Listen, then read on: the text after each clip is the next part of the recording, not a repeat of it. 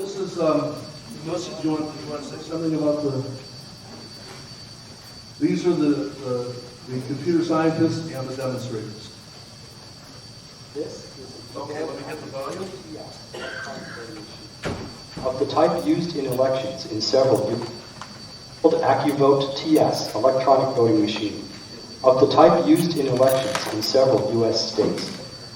We studied this machine in our laboratory at Princeton University to evaluate its security and its suitability for conducting elections.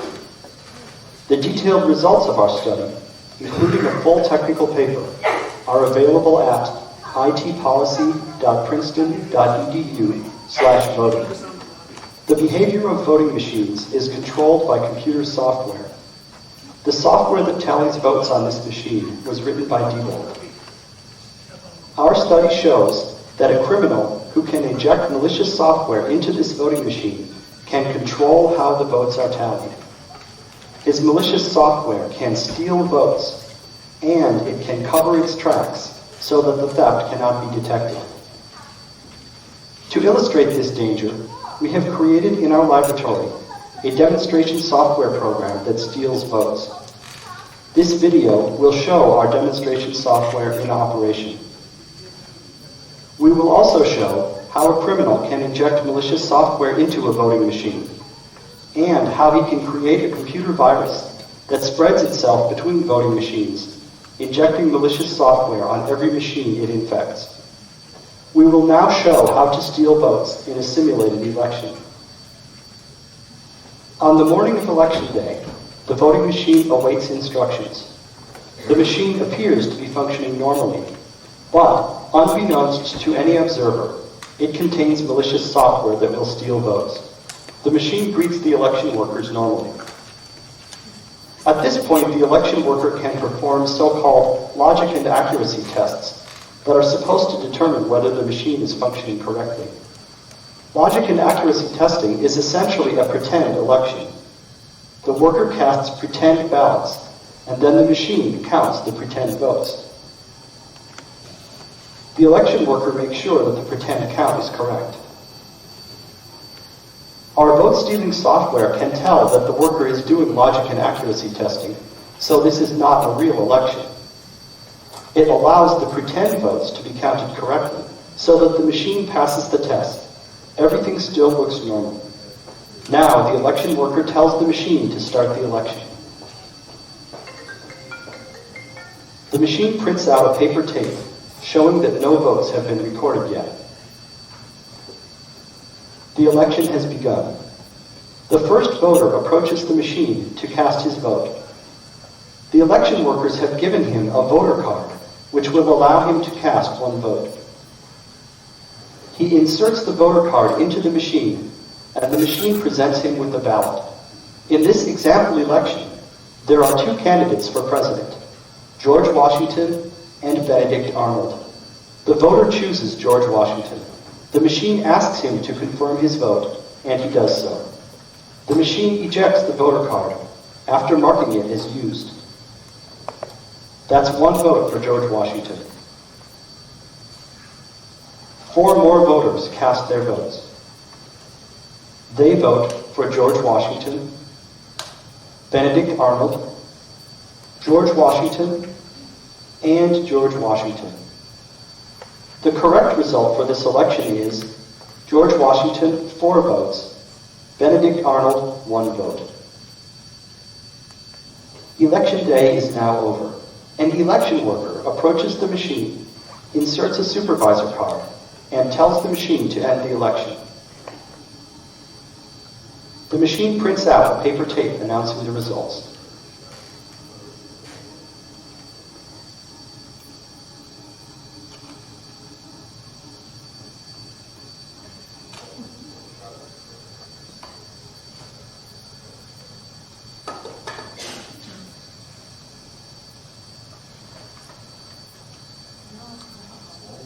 The tape shows that Benedict Arnold won the election, 3 votes to 2. This result is incorrect. Malicious software stole votes from George Washington and gave them to Benedict Arnold. The voting machine recorded the election results on its internal memory and on a removable memory card. A poll worker opens the side of the machine and removes the memory card. The memory card, when examined by technicians, also shows that Benedict Arnold won the election, 3 votes to 2.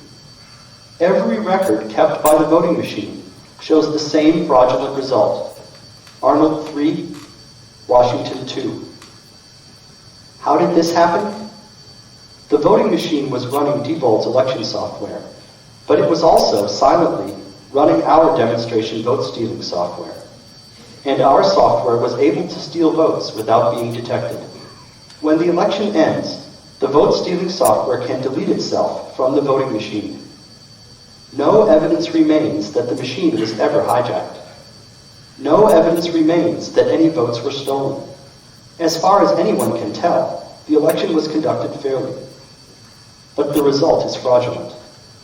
This vote-stealing attack requires injecting malicious software into the voting machine. Anyone who has access to a voting machine for a few minutes can install malicious code. Here is one way to do so. In advance, we prepare a memory card containing our malicious software.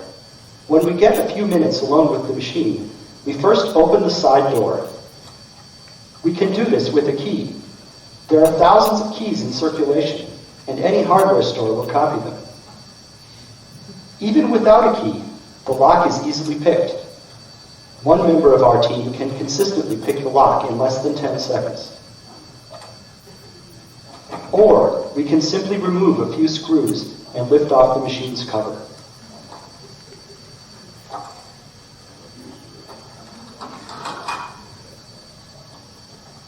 Next, we remove any memory card that is already in the machine and insert our prepared memory card. We press the power button to boot the machine. When the machine boots, it will automatically install our malicious software for us. The machine makes a musical noise when it boots, but we can suppress this noise by inserting headphones into the machine. We remove our memory card, replace any card that was there before, and close the door. Our malicious code is now installed on the machine. The total elapsed time is less than 1 minute.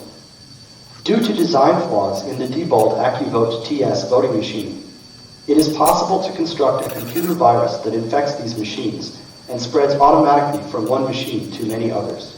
To illustrate this, we have constructed a demonstration virus in our lab. The machines use removable memory cards to distribute software updates and store the results of elections. The memory cards function similarly to floppy disks or thumb drives on ordinary PCs. Memory cards act as carriers for the virus. When a memory card is inserted into an infected machine, the machine copies the virus onto that memory card. If the memory card is removed and later put into another machine, the virus spreads from the memory card to the new machine. In this way, the virus can spread from one infected machine to an entire population of machines. The virus can carry with it a malicious payload program that is installed on every infected machine. For example, our demonstration virus carries our vote-stealing software, so that every machine that catches the virus will steal votes. A criminal could use this kind of virus to install malicious software on many voting machines, even if he has access to only a few machines, or even only one. By planting a virus far enough in advance, he can ensure that a significant number of machines will steal votes on election day. These problems, taken together, pose a very serious threat to the security of the elections conducted on Diebold AccuVote TS voting machines. We urge public officials to address these issues promptly. More details, including a full technical paper containing a more complete security analysis and a discussion of mitigation strategies, can be found on our website at itpolicy.princeton.edu/voting.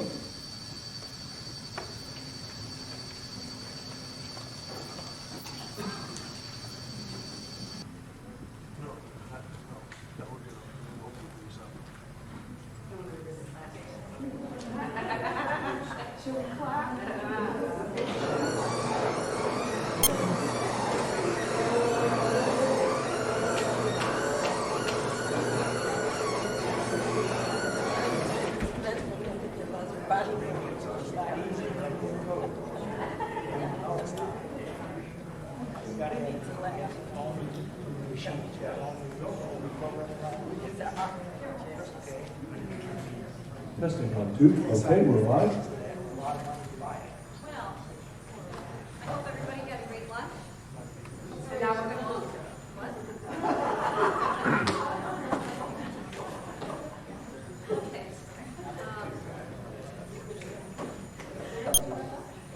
Your microphone's not on. My microphone's on. Yeah, oh, yes, it is.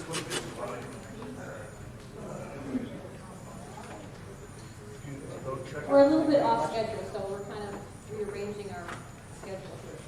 Did you want to speak? Yeah, sure. Okay. We're going to also have a live hacking demonstration. Dr. John Warner is going to break into this machine and physically hack the computer, the voting machine. Is that right, John? Yes. Okay, now that'll be coming up later on this afternoon. So we're going to go to our first panel, which Melissa will introduce on election recounts and obstacles there too. So if our panel could come up. Karen, Bob, and John.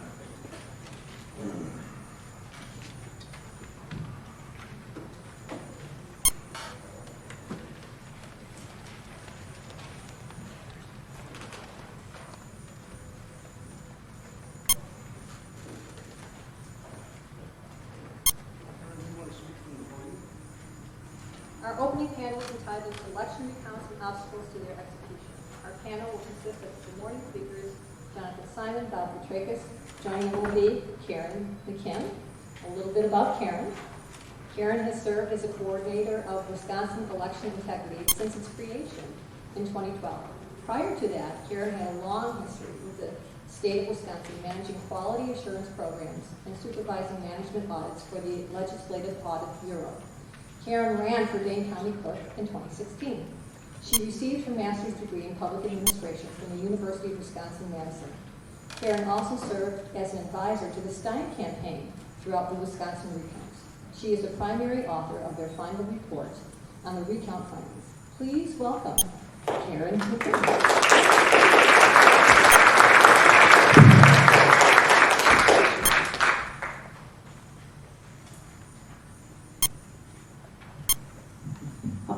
Thank you, and I'm glad to be here, and I'm glad to see all of you here. Yeah, as you can tell by her little bio, I may be the one that's dressed in colorful raspberry and those guys in gray.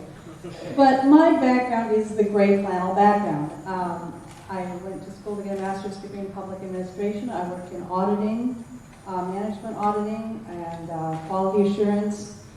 And in my 30-year career in state government, I really came to know what public officials are capable of doing when they want to do a good job or when they're forced to do a good job, and what they're capable of doing when they're not forced to do a good job. And when I retired from my career, that's when I got into election administration, my interest in election administration and election auditing. To start with, I would like a show of hands. How many of you have ever worked in a business where it was computer dependent? Something about the business involved computers, cash registers. Okay. Now keep your hands up if your hands were up. Okay. Now, my question to you is, did your business have some way of knowing, without a customer complaining or anything, if your computer started not working right or not counting right, how many of you had some way of knowing that your computer was spitting out garbage? Put your hand down if you knew when your computer was spitting out garbage. Okay, we have a couple people in the room who were reliant on computers and had no way of knowing when they were miscounted. Oh, okay. Now, how many in the room are election officials? Poll workers, county clerks, municipal clerks, anything to do with election officials? Okay. And I know for a fact that none of you have any way of knowing when your computers are miscounting, so put your hands down. Elections are the only place in either business or government where we rely on computers for decision-making, serious decision-making. Who's going to be our governor? Who's going to be our senator? Who's going to be our president? without having any way of knowing routinely when they're miscounting. Take a look at your city treasurer. And I'll just be specific. Dane County, Wisconsin, where I live, that's Madison's county. You go into the county courthouse, there's the county clerk on this side of the hall, there's the city treasurer on this side of the hall. This one uses computers to tabulate our election results. This one uses computers to tabulate our property tax bills. You go over to this one, the one who tabulates the property tax bills, you say, how do you know that our property tax bills are accurate? Oh, well, we audit, we double check, we give people receipts. It's routine. And if I went into the city treasurer and said, I don't know about my property tax bill, I'm wondering if it's correct, and that city treasurer said to me, well, you're just a taxpayer, you don't have any right to ask for a recount or an audit. You have to have one special person come in here and ask for a recount. And then, if you suspect a mistake that's over 0.25%, you're going to have to pay the full cost of the audit. Otherwise, I'm not going to check accuracy. How long would that city treasurer last in office? How unacceptable would it be for a city treasurer to refuse to check accuracy of our property tax bills unless we paid for it? But you go across the hall, and we accept that behavior from the county clerk. I'm not going to recount unless the first losing candidate on the ballot asked, I'm not going to recount unless the error was less than 0.25%, and it was, they're going to have to pay, as Jill Steinen did in Wisconsin, $3.2 million in cash, and you have to raise it in 3 days. Otherwise, we're not going to check accuracy. Now, I know these guys told some incredible, enraging stories about fraud, but I'm here to try to get everyone in this room as absolutely appalled and absolutely on edge that we're tolerating this level of mismanagement and carelessness in our elections. And I don't care if the miscount is deliberate or inadvertent. I don't care if the miscount was human error or machine error. I don't care if the miscount disadvantaged Republicans or Democrats. I want those votes counted accurately, and I want them to be able to prove it.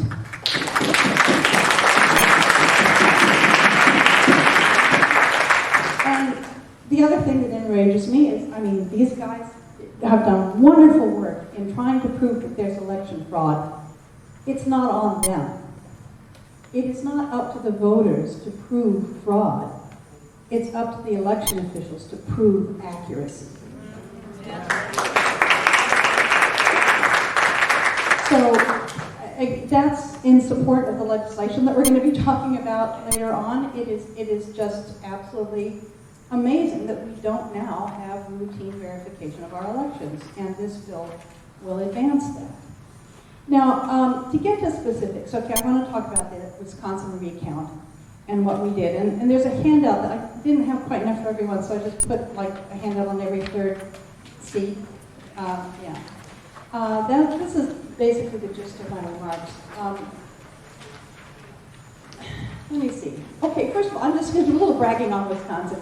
The recounts were requested in 3 states. In Pennsylvania and in Michigan, they completely fell through. They couldn't even get them off the ground because of bad state laws. Wisconsin did have a full recount to a certain extent.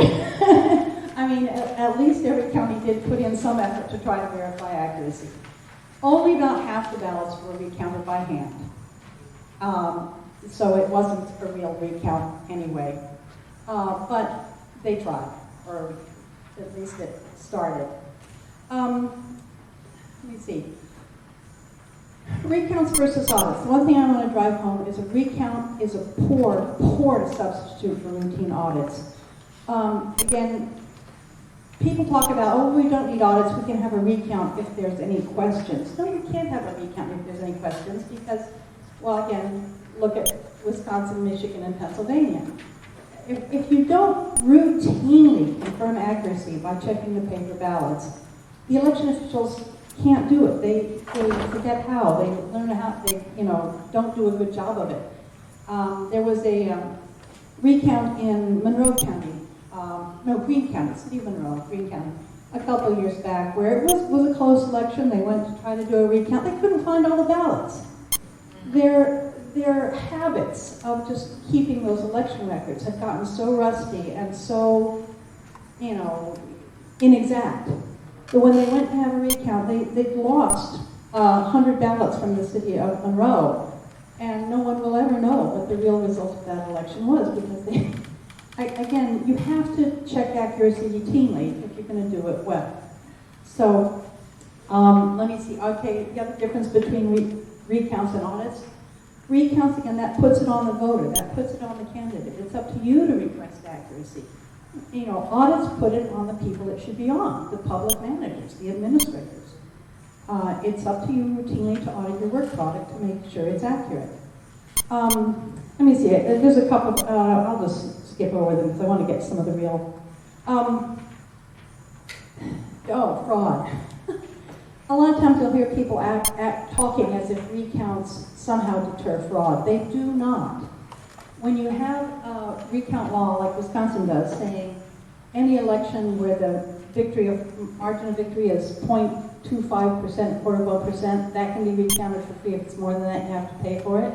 That doesn't deter fraud. That just tells the fraudsters how big they have to make their manipulation to escape detection. Yeah. And again, with deterring fraud, it's so infrequent that if you have an audit every single time, that will deter fraud because they'll get caught. Why manipulate the machines if you know it's going to get caught and corrected? Lessons from the Wisconsin recount. If you do have to have a recount or are in a position to demand one, push hard for a manual recount, not just running the ballots back through the machines. This is something that hasn't really been made public yet from the Wisconsin election, but we're testifying next week before the Wisconsin Election Commission. Racine County, Wisconsin, that's just across the border there, R-A-C-I-N-E. Look that up on YouTube. There's a YouTube video, the Racine County Clerk. Paul Ryan's district. Actually, it is. It is Paul Ryan's district. They counted their election with a machine called the Optech Eagle. And when it came time to do a recount, they said, we're going to recount with the Optech Eagle. They reprogrammed the machines, but they ran them through again.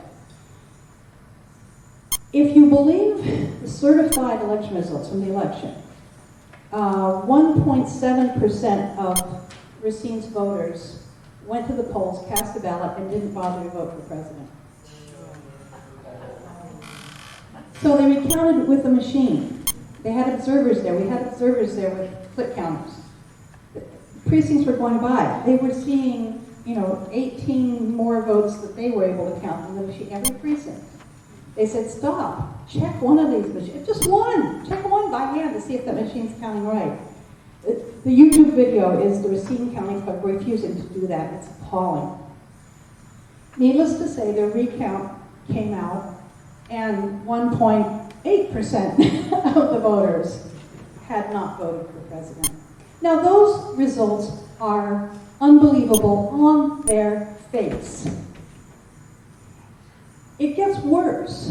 Before the recount happened, the Stein Committee contacted me, and they were trying to see, could we do a targeted recount just in a few counties? Do you know a few counties that are more suspicious than others? So I sat down with an Excel spreadsheet, and I started to look at, do I see signs of problems anywhere? There was a municipality in northern Wisconsin where, I'm sitting at my kitchen counter at 11 o'clock at night looking at a spreadsheet that was available on the Wisconsin Elections Commission website. I see a jurisdiction in northern Wisconsin where it looks like 50% of the people left their ballot blank. This was an election result that had been certified by the county clerk and the county board of canvass, or accepted by the Wisconsin Election Commission, posted it on their website, and it showed a 50% undervote rate, and nobody noticed it before me sitting at my kitchen counter in Waunakee. That's the level of carefulness or carelessness that I'm sorry our elections officials are exercising. They will certify even obvious miscounts. City of Marinette, 30% of the absentee ballots were run through a machine that was miscounting. 30% of those votes were ignored, completely gone. Those voters would have been disfranchised had it not been for the recount. Now, these stories I'm telling you are from a recount where only half of the ballots was 17,681. If you sit down and you compare the pre-recount certified results with the post-recount certified results, you can see that county officials, when told to check the accuracy of their work, changed 17,681 votes statewide. Those votes would never have been corrected had it not been for the recount. And again, only half the votes in the state were actually recounted. That level of inaccuracy is intolerable, and that level of inaccuracy is unnecessary. There are ways to check the accuracy of the voting machines if you have the paper ballots, the op scans. You can check the accuracy, but our election officials don't, and we don't tell them, no, you really must. Go across the hall, talk to the city treasurer. You can check the accuracy of computer output if you want to, so do it. I'm going to stop there. I could go on and on, but let's get to the other panelists or get to questions, because I'm losing my voice and there's so much. Questions now or later? Guys, do you have anything you want to add? Yeah. Okay, come on down. I thought Bob was going to be talking about legal alternatives. No, that's the next guest. Yes. Yeah, this is the recount. Yes. Who wants to come down?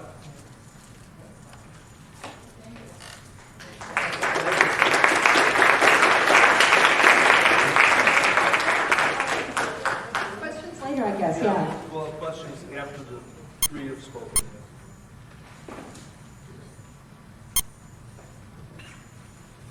So Karen hit a lot of the high notes there. I'm going to fill in a little bit, maybe about what it means, I guess, when we have an election and don't seem to be particularly concerned about the count of the votes. We're very schizoid in this country because we value democracy tremendously. We pride ourselves on it. At the same time, we're very aware at some level that an individual vote doesn't really mean anything. I mean, we pay lip service to it, but because no elections are basically decided by one vote, a lot of people stay home and they don't vote. My vote isn't going to matter. Especially with things like gerrymandering and such, where elections aren't close. They're designed to be held by the incumbents, and they're not close. So there's a real sort of psychological ambivalence about, are votes worth all that much? Are they worth as much as that money that comes out of the ATM, or what's in your bank account, or the tax department? They're just votes. And that's, in a way, that's understandable. They are just votes, and there are a lot of us, and any individual vote doesn't really matter that much. And designing a perfect election system that's always going to count correctly and come out 100% right on recounts is a virtual impossibility. So it kind of gets us into thinking, well, a little bit this way, a little bit that way. Most elections aren't that close. Recounts generally come up in a very, very, very small portion of elections. And as Karen said, they're set up at certain standards, like 0.25%. So if you're intent on stealing an election, you just go outside that threshold, and then there's no recount. And a lot of recounts are expensive, and a lot of recounts, as we saw in 2016, are the responsibility of candidates. And for one thing, we know how Democratic candidates feel about being a sore loser or protesting an election. So you're not going to get much from them. And aside from that, when you are in a position to demand or request a recount and you have to pay for it, it generally comes, of course it comes, after the election, which is the end of the campaign, which is when candidates don't have any money left. Except for John Kerry, who had $15 million and decided to go buy a large boat. So, as opposed to funding any lifting a finger on recount efforts. So recounts, you know, the burden of proof, as Karen said, is asked backwards. It's not on the election administrators, really. It's basically on anybody who's dissatisfied with the election results, which would have been, for instance, Donald Trump. If he had lost, you can bet your bottom dollar that there would have been funded recounts. The Koch brothers or whoever would have been funding the recounts. There would have been plenty of money to fund the recounts. And there would have been people in the streets with pitchforks and guns, the Million Gun March on Washington. So in certain cases, yeah. But in the vast majority of cases, and especially in the case of progressive candidates and Democratic candidates who are meek by nature, nothing, not a peep. And even if they wanted to, they wouldn't have the money. And citizens, forget. So where does all this come from? And so when there is that rare recount, it gives us a kind of a laboratory on how the process works. And I think we can all tell you it doesn't work very well.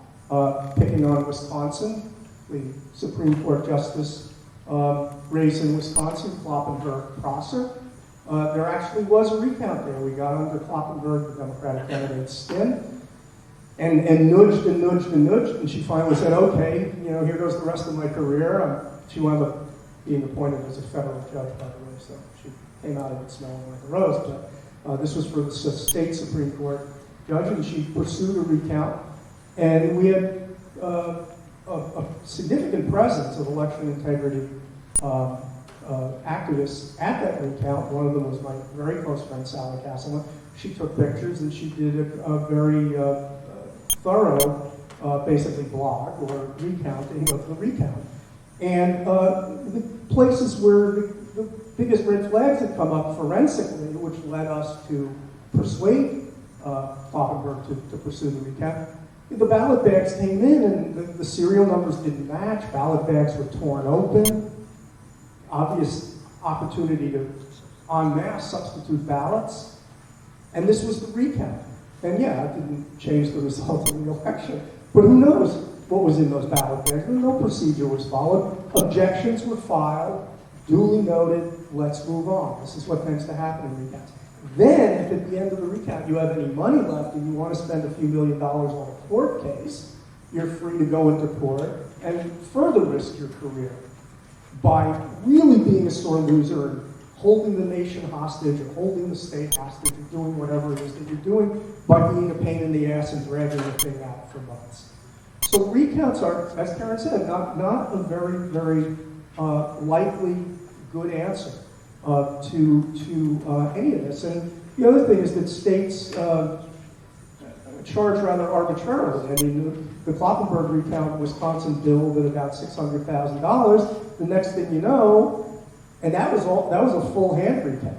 Now we're going to do half machine recount, and they're telling Jill Stein she has to post, $3.8 million. All of a sudden, Racine alone went up by 1,000% or more in terms of what they were charging. So there are all sorts of ways to sabotage a recount. That's what we saw in December of 2016.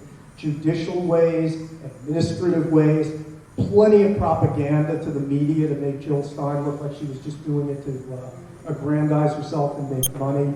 This is a problem. This is not a process that we want to be able to rely on, which is partly why when we're talking about, well, op scans are going to be great, we'll get rid of all the DREs and we'll just have op scans because they can always be recounted. That's a very, very false and dangerous promise.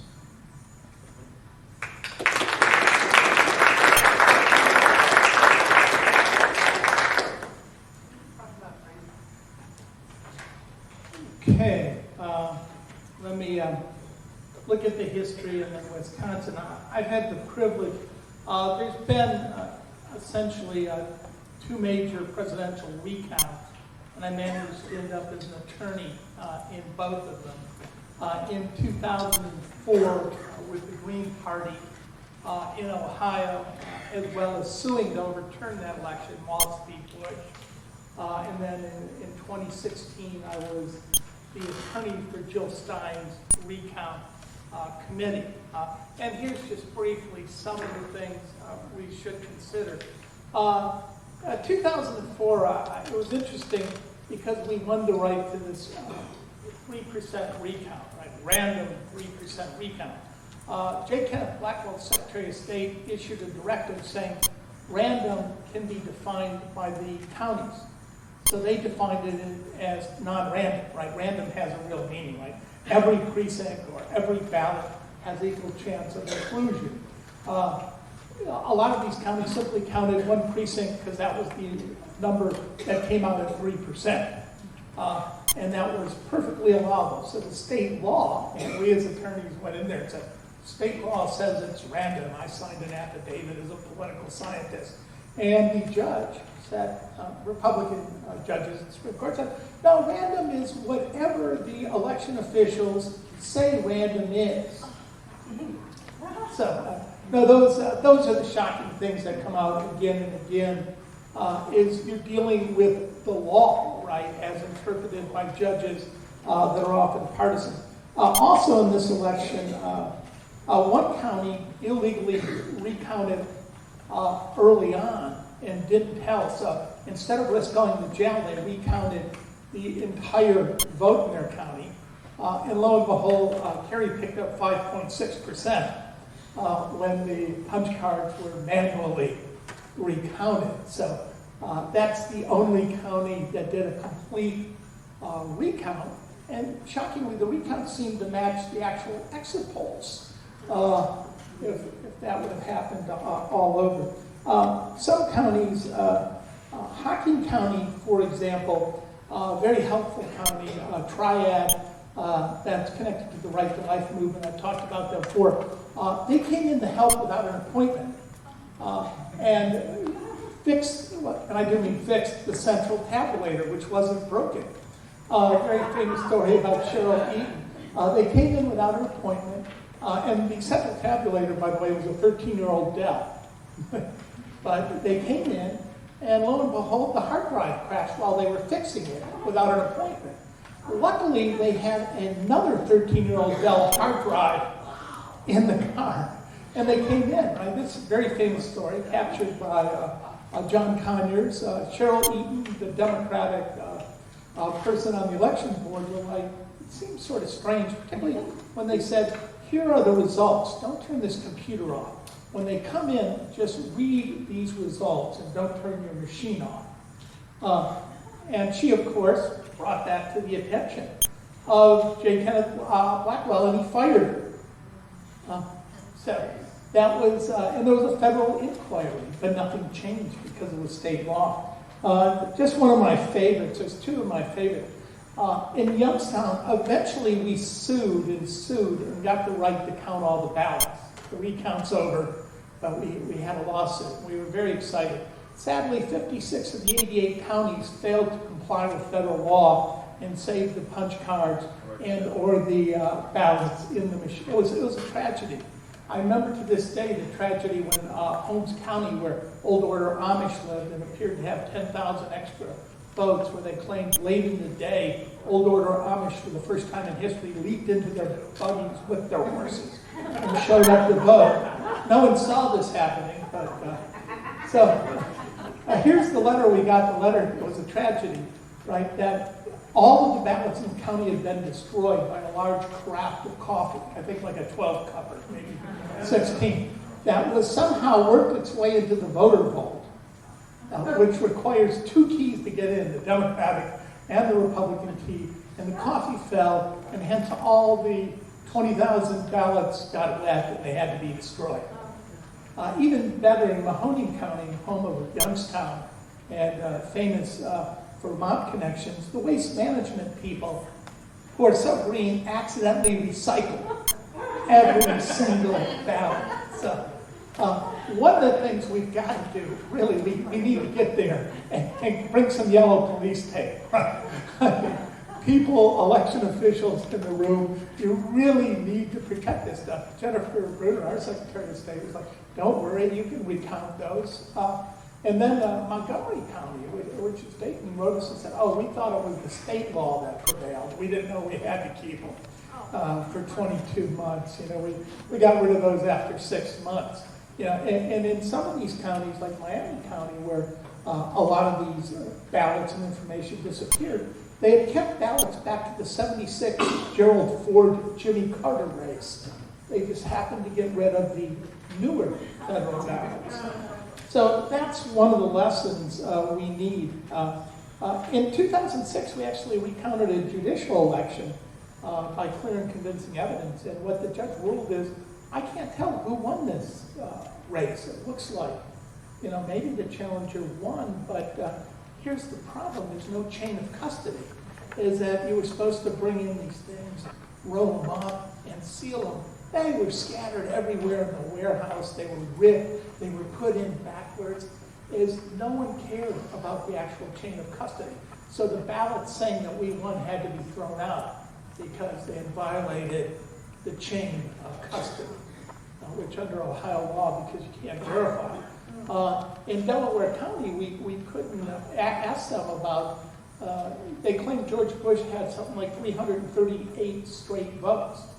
It statistically is impossible, right? It was going 35, 65 there.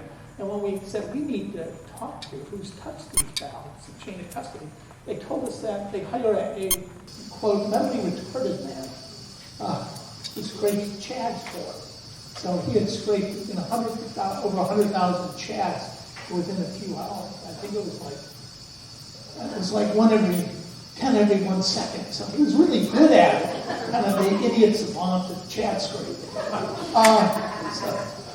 And then in Miami County, when we went in, I've already talked about, we said, who do we see here? The Boy Scouts. The Boy Scouts brought the ballot in as part of their civic duty. So in order to sue, the chain of custody starts with the Boy Scouts. So all those procedures need to be written into law or procedures. Because unless you've lived through it, it's really hard to imagine. And just briefly, what we found out from the elections, the recount, I would only add to what was already mentioned in Wisconsin that by state law, the source code is supposed to be in escrow. There's no evidence it ever was put in escrow since 2005. So hopefully some laws that allows you to put the source code and be able to look at it in escrow.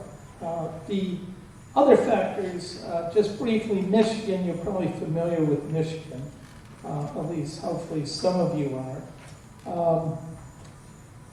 The key thing there is that we found out that for the area, particularly Detroit area, 87 voting machines malfunctioned on election day.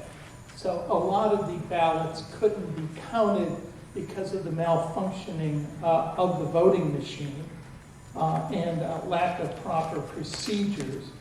27% of the precincts that were counted in Michigan showed irregularities. So, and that was stopped because of political rulings. So, here's what the Detroit Free Press says. Officially, Trump and others say, well, the Green recount didn't do anything. Here's the Detroit Free Press quote. One of the chief things learned from 3 days of recounting in 26 counties was the sheer number of ballots that couldn't actually be recounted because of mistakes in the way the ballots were recorded or because of the ballot containers that were improperly secured. So, again, one of the key things is the sheer volume of ballots that couldn't actually be recounted. So unless you put a process in place that recounts, that preserves those ballots, where there's a real chain of custody where you're actually thinking about a recount, you're not going to get a recount. And even if you get the recount, the judge is going to say, it looks like the other person won, but bad chain of custody, we can't accept the evidence. Finally, in Pennsylvania, the huge lesson there, right, where 85% of the votes were counted. If there's no paper in the machine, you can't recount, right? It's not a recount. It's simply to push the button once again and get the exact same results. That's not a recount, that's testing the machine. It's a machine test to see if you're printing out the same results you had prior to the recount. So those are some of the lessons why procedures and laws really matter when it comes to recounts.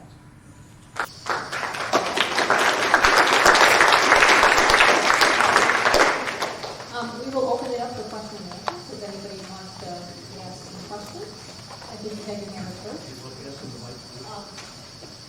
One of the questions that I have is, who's accountable? Who should we be talking to, the state or the county?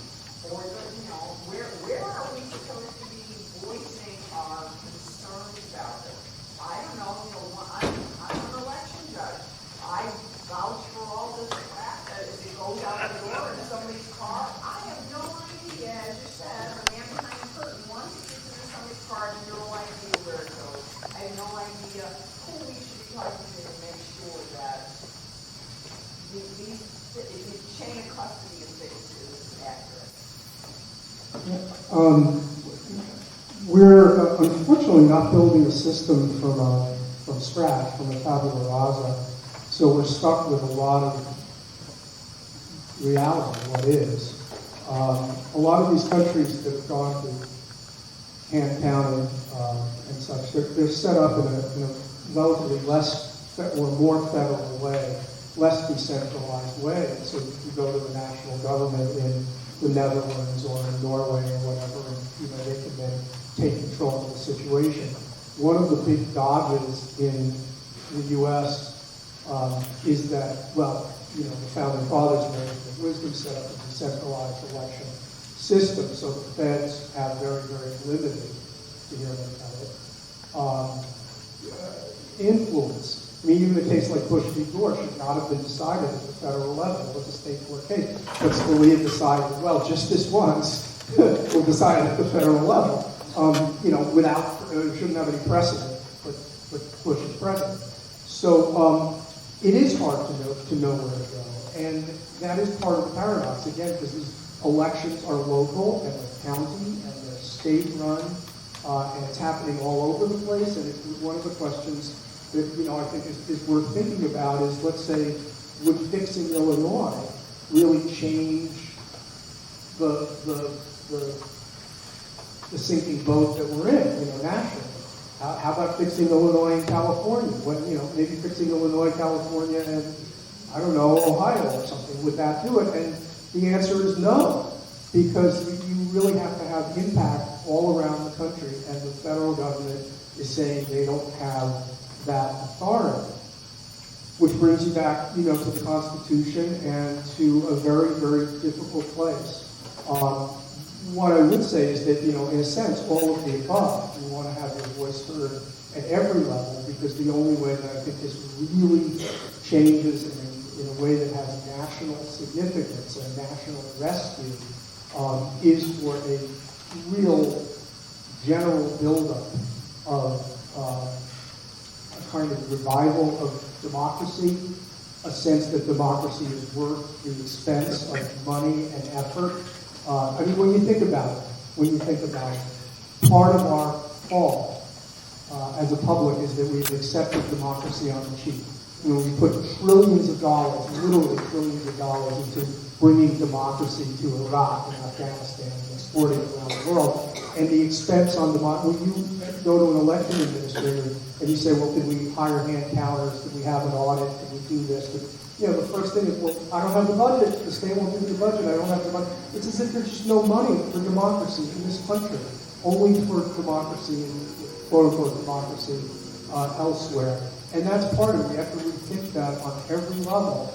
And if we're going to want a democracy on the cheap, then we're going to get these messy elections. It takes a lot of resources to fix the messiness of elections.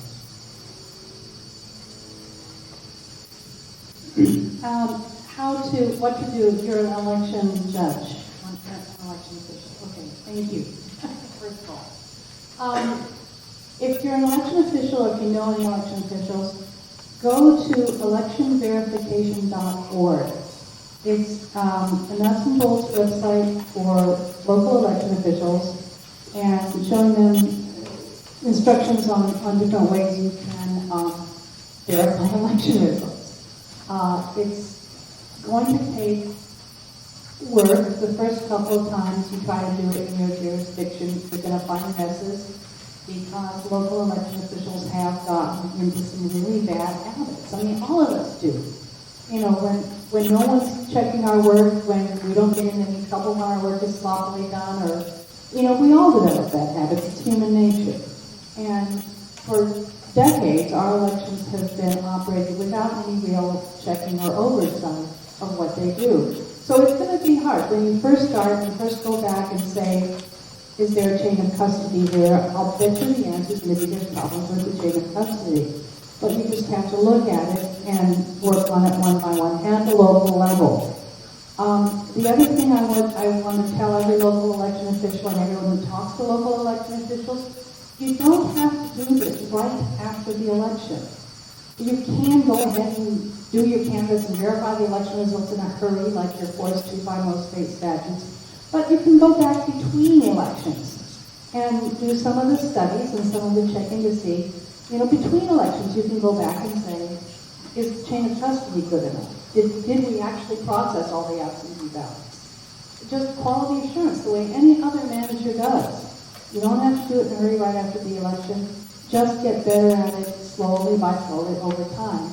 And yeah, I think, you know, whether you start at the federal Congress or state legislatures, it's all going to come down to the local elections administration anyway. So start to work there. Start with the little things. Start with the things you can change. Get them in good shape. Work up from the bottom too. I have to tell one other quick story. You saw how easy it was if you had access to the physical voting machines to hack them. I gave a speech in Wisconsin once, and afterwards a town clerk came up to me, and she said, and this is, again, you know, your heart goes out to me sometimes. Early in November one year, she went to get the voting machine out of the closet where she kept it under lock and key and to set it up for the coming election. And when she unlocked the door, you know, all the security, the voting machine was covered in black and orange crepe paper with a paper skeleton taped to the front of it. The town chairperson's nephew had wanted to have a Halloween party for his high school. And so he gave his nephew the keys to the town hall. And they thought this closet was a really nice place to have a haunted whatever. And I tell that story, I mean, one, because it's funny, but two, a lot of times the election officials simply don't have control over security. They can't. And, I mean, they have to keep trying to do what they can. But you have to pay attention to it, you have to check on it, and then when the election's over, you have to check accuracy, because God only knows what happened to that machine between elections. Okay. One more, just briefly. The state, I mean, I'm hoping model legislation comes out of your state and best practices prevail. We ended some awful practices in Ohio. We used to have what we call rovers, we don't mean car road, where people would come around, one person, and pick up essentially the electronic ballot box. And in 2 cases, they forgot to turn them in to the next day in Toledo and Dayton. So essentially, somebody's walking around with an electronic ballot box. By making that public, and then by going public, it was outlawed. You could no longer use these so-called rovers. Okay, I think this, maybe just one more question. Yeah, this is for Karen. I think you were advocating using Optim to do audits and recounts. But early, well, I'm trying to remember, but so you weren't, then my question is moved. Because I think you said something about using Optim. If that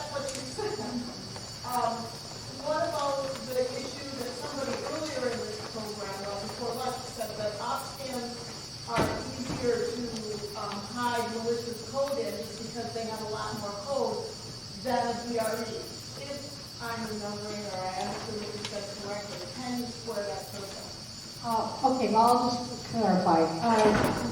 Op scans may be a little bit easier to hack. DREs are less auditable. We have to have a paper ballot, period, end of story.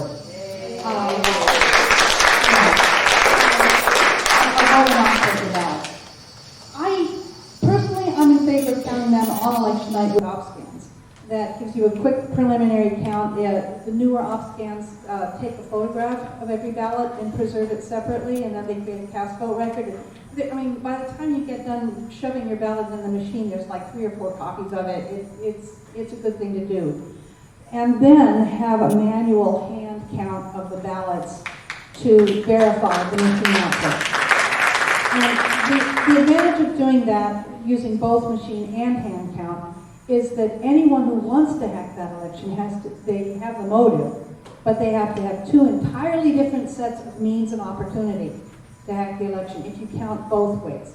If you count this way or that way, but not the other, then they only need 1 set of means and opportunity to hack the election. So when I use op scans, use paper ballots in the election, and don't ever recount by machine. Again, I didn't finish the Racine story. We put in an open records request. We're going to force a hand count still, even though, it's been decided. But in Racine, where they had 2 machine counts that were both suspicious but certified anyway, we're going to have a hand count. We're going to prove that they twice recounted by machine and twice certified inaccurate results.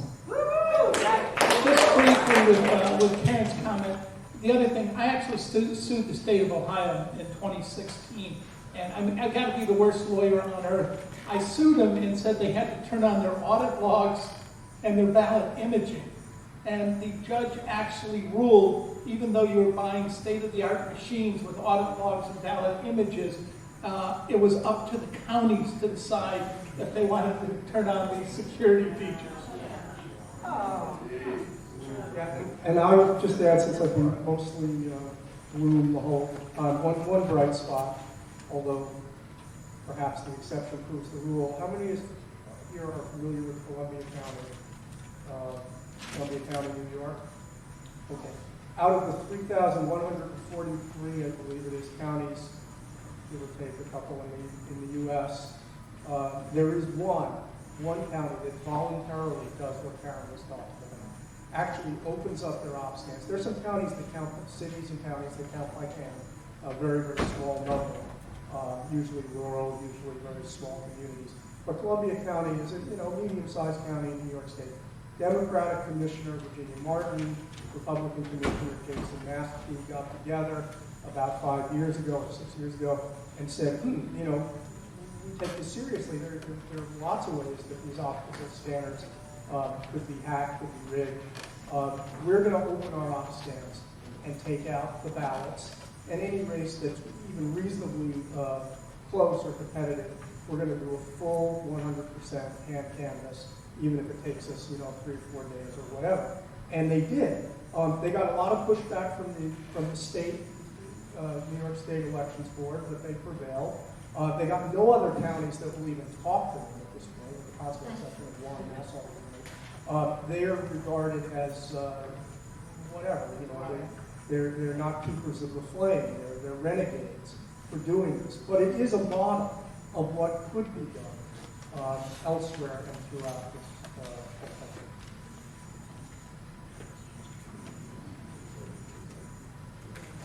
Thank you.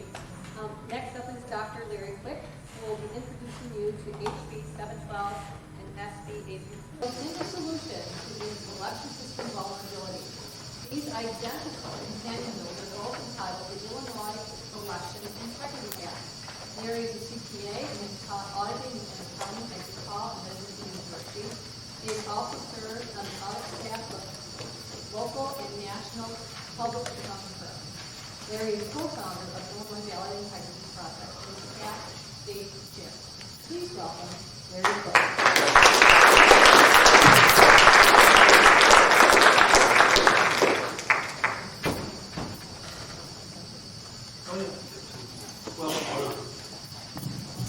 On a personal note, I just have to say how gratifying it is to see all you folks here on this beautiful Saturday afternoon. taking time to pay attention to what's going on with our nation and our democracy. Now, let me give you a little history about the legislation.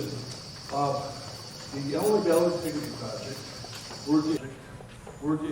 and Bob Wilson is no longer with us, but he was the writer of the legislation, and he worked with other members of the Ballot Integrity Project. I was one of them, and I gave the input on the auditing component of the legislation. Now, why do I say that this is a, quote, single solution to Illinois' election vulnerabilities? Because when passed into law, it will mandate 3 election audits that we're not currently doing. And let me just briefly explain these to you. Now, you'll note in your program that there's this material is on page 3, so if you want to follow along, you can.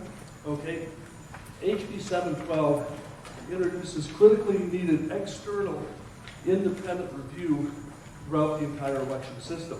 And this is what's missing from our elections, and this has been alluded to earlier. We have virtually a complete lack of independent external review of our election system and the outcomes.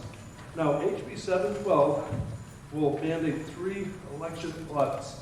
First, an election day audit consisting of a count of a random sample of 10% of the paper ballots cast, those are the OpScan ballots, or the voter verified paper audit trail from the VREs, to be conducted where? In the polling place, when? Immediately upon close of the polls. Now, as an audit professional, chain of custody is critically important. If we need to count these ballots, 10% of them selected at random, immediately upon closing of the polling places, so that these ballots, there's no opportunity to manipulate these ballots once they leave the polling place. That's the big problem with relying on recounts, okay?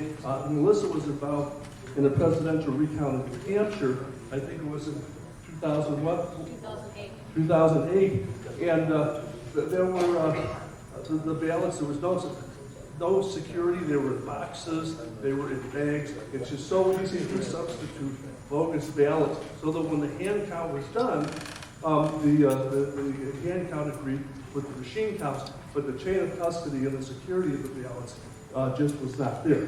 So it's absolutely essential that these paper ballots be hand counted, 10% selected at random, in the polling place right after the polls close. Now, how long would this take? Well, if a typical precinct has 800 voters, you select, let's say they all came in and they voted, you would select 80 ballots, and you would have the judges hand count in public on a pre-prepared count sheet, 80 ballots, all the races. They would prepare a report which would be put on the wall of their sample audit, of their count. Then a copy of that would be forwarded to the election authority, which would then be aggregated with all the other precincts in the county. Now, what this does is that this is a super scientific exit poll. The professional pollsters, if they're trying to do an exit poll for a state, they might try to sample 2% of the voters and achieve a 99% confidence level. They might sample 1% of the voters and achieve a 95% confidence level. But here, we are going to be sampling 10% of all the ballots in every precinct, all 13,000 precincts in Illinois, so you don't have to worry about, well, gee whiz, we're sample counting the wrong precincts. Okay, second audit is these next 2 audits are going to be conducted by independent CPAs. A parallel central tabulation audit of all the votes cast as recorded on the precinct poll tapes. How many people know what a precinct poll tape is? Okay, it's like an ATM, receipt that shows the numbers on hard copy paper. So what the auditors will do is that they will go to the polling places and procure their own copy of the poll tape, which lists the vote totals in each precinct. They'll create their own Excel spreadsheet, and they will independently input those poll tape numbers in their spreadsheet, and then aggregate them by county and by the state, and compare them with the totals that the election authorities are reporting. This parallel tabulation, central tabulation, will help guard against unintentional error or intentional fraud in the aggregation process. And then the third audit is a pre-election audit. It's called an operational audit of election systems that identifies and reports election system security weaknesses together with the steps necessary to remediate security weaknesses discovered. This is called designing quality into the system. W. Edwards Deming, who was a great management consultant, used to like to say, well, let's make toast the American way. You burn and I'll scrape, okay? And relying on recounts is making toast the American way. Let's burn the results and then we'll try to scrape them clean. No. It's far more efficient to design quality, as Karen is talking about, into our election processes, into our election systems, so that we get it right the first time. Now, the 10% count by the judges, the random count, will generate a 99% confidence level and a 1% margin of error. What does that mean? It means that the sample count will reflect the true population value of the votes, okay, within a plus or minus 1%, and it will get that approximation right 99 out of 100 times, okay? So we'll know right away for whatever race that if the margin, if the sample count is outside the 1% margin of error, that there's either error and or fraud. And then it shines a light on it, and then it's up to the candidate and the election authority, to insist on a full recount. Okay, now, how is all this going to be funded? We estimate that that for each election, primary and general, that the cost of the 3 audits will be about $2 million per election. So that would be $4 million per election cycle. Now, the Act has incorporated in it the Illinois Election Integrity Fund, which is a fund that will be administered by the Illinois Board of Elections, and it will receive private or public contributions, so that if candidates want to contribute to paying for the cost of the audits, citizens want to contribute. Okay, the Green Party in 1 week raised $7.2 million to cover the cost of their recounts in Wisconsin, Michigan, and Pennsylvania. In Illinois, we can raise $4 million over 2 years to assure that all of our elections are accurate and honest. Okay?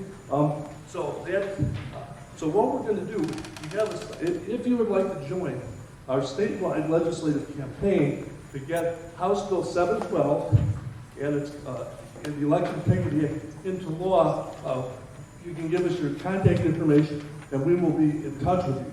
And I'll take a few questions if someone has them. Yes, sir. How does it apply to the consolidated municipal township elections? You didn't mention those. That's the bottom up where you get people at the lower level where you can have things going on at all. Right. This legislation does not cover the consolidated elections, just the primary and general elections. Good question. Yes, ma'am. Does it apply to, is there language that addresses early voting? And also, is there language whether the audit would change the results of an election? Well, what the audit would do is point out the need for a full recount of all the ballots. And then upon the full recount, that would either sustain or overturn the results of the election. And what was your first question? But what about early voting? Well, with early voting, what happens, unfortunately, is that a lot of the early voting is done on what? The touch screens, right? And so what happens, I've been an election judge down at this Aurora Board of Elections, and at 7 o'clock on election day, the first thing they do is they run the DRE machines and to tabulate the early votes, and then print out the voter verified paper audit trail. It would be that voter verified paper audit trail that would also be subject to the 10% random count. Laura? Yeah, I have read this bill. Yeah. And I really, there's 2 things that I really am concerned about. And that is, it generates a lot of reports that can be used in a challenge to an election by a candidate. Mm-hmm. But in Chicago, I have most of my experience in Chicago, many of the candidates have campaigns. And case in point, in all Bannock election in the last round, this guy lost by 17 votes, 17 votes. That was, we were like begging him not to concede. And his lawyer told him that it was going to be $80,000 to $100,000 to proceed with an election challenge. And he gave it up. He gave it up at 17 votes. I mean, 17 votes in a closet someplace. All we had to do was open the door. So we are very, very concerned about that. We have to force the election jurisdiction, if the 10% is off, to move on to 100% count. Okay. It's got to be written into the bill. Okay, And the that's a second good thing is point. that you exempt municipalities with less than 50,000 registered voters. That is a lot for election jurisdictions. Election jurisdictions with less than 50,000 voters. All right, I'm clear. Municipalities or election jurisdictions. There's a lot of townships out there. And there's a lot of Illinois. Mm-hmm. Yeah. So I'm not sure why we exempted that. Well, I guess the thing is, if we can get the legislation passed as it is, it's going to be a tremendous lift to security and the quality of our elections. Now, this is not perfect. As you say, we might need additional legislation. Suppose the sample count by the judges is outside the 1%. Do we need to have a legislation that would set aside money, to cover those recounts, or to require the election authority to do a recount at their own cost? Okay, so that's an excellent question. But if we could get started with this, it would be a huge step forward. Yes, sir. I'm an election judge in the northwest corner of Chicago. Okay. And I've worked in several wards of Chicago, downtown, all over the place. And occasionally we have decided amongst ourselves to do a random, take 20 minutes. Yes, sir. In one preliminary, at a primary election, we sorted the ballots by Democrats and Republicans to see how many there were. Mm-hmm. And we had the right count. Are you counting ballots or votes? We were counting ballots. Different counts. One of the things you count is how many Republican ballots, how many Democrat ballots. If those weren't right, then we might have done something else, but they were the right numbers. Now, if somebody would have taken those ballots out of our plastic bag that we brought downtown, they would have seen this many ballots in a row, all Democrats, and then this many ballots in a row of all Republicans, or vice versa. Well, this is for a primary election. This is for a primary. I'm just saying that some of the stuff you said that looked statistically impossible could be because the judges had done their own preliminary investigation. In another case, we counted all of the votes for either president or governor. And we sorted the ballots out, counting manually. It takes 20 minutes with two good judges working to sort all the ballots out by the top guy in the ballot, say president or governor. It takes 20 minutes to sort them. It takes another 10 minutes for all 5 judges in a row to work together and count those and say, well, there's 160 for Hillary and 150 for Trump. And compare that to the machine And generated compare vote. that to the machine count. That's excellent. That to me is what you ought to do, not count 10%. I want to confirm. And one other thing I wanted to comment, and something you asked before, is that at least in Chicago, if there's an undervote, if there's an undervote on a constitutional officer, president, governor, senator, congressman, state rep, state senator, it doesn't care if you forget to vote for the mosquito abatement district commissioner. But if you're talking about the constitutional officers, the thing beats at you and kicks the ballot out if you didn't vote for any of the constitutional officers. And we tell the voter you didn't vote for, and the machine will tell you, you forgot to vote for governor. Right. Here's your ballot back, go vote for governor. Now, if they say they don't care about governor, you can put it back in and push a button, and they can force it to accept. But the test is there if you don't vote for the constitutional officers, that the ballot kicks out right there as you're stuffing it into the machine. Okay, thank you. Okay, I'm going to have to stop now because it's 3 o'clock. We have a hacking demonstration, and then we have a panel on raising awareness for election vulnerabilities. Yeah, before that, before our demonstration, I think we'll get Excuse me? Oh, Okay. can you hear me now? I'll fix Okay. it. We'll have Bob come up and talk about the legal vote purchase. Bob?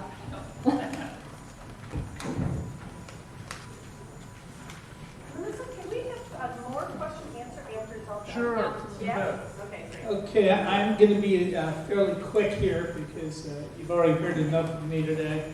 But the other problem, of course, and this said illegal voting purges, I wish they were illegal. A lot of the voting purges in Ohio and elsewhere were done legally under law. And a lot of this needs to be considered, whether it be federal legislation. Is Illinois moving to automatic registration? So Colorado, I just saw Judge Choate speaking the other day, but tremendous that you're moving in that area. Are you also going to move towards social agencies as well, or is it just going to be motor vehicle? So you'll be the model for the nation. In other areas, just to give you some numbers, in the year 2004 in Ohio, 305,000 people were purged from the voting rolls in an even number year, which is illegal under Ohio. But they were purged anyway because there was no remedy to reinstate them. And then in between 2004 and 2008, when Obama was elected, 1.25 million people were purged in the state of Ohio alone. Now, the interesting thing is virtually most of them were re-registered by a defunct group called ACORN and by the Obama administration. One of the odder things is when my institute and newspaper were the only ones that had these records, because we asked for them in January. If you asked for them in March, you couldn't get them because they were running a primary and then a general election. And we made these available to everyone. The only person who came for them was ACORN and the Obama administration, which did in fact meet with us regularly.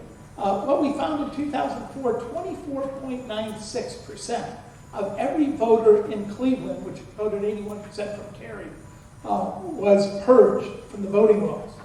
And all of it was done legally.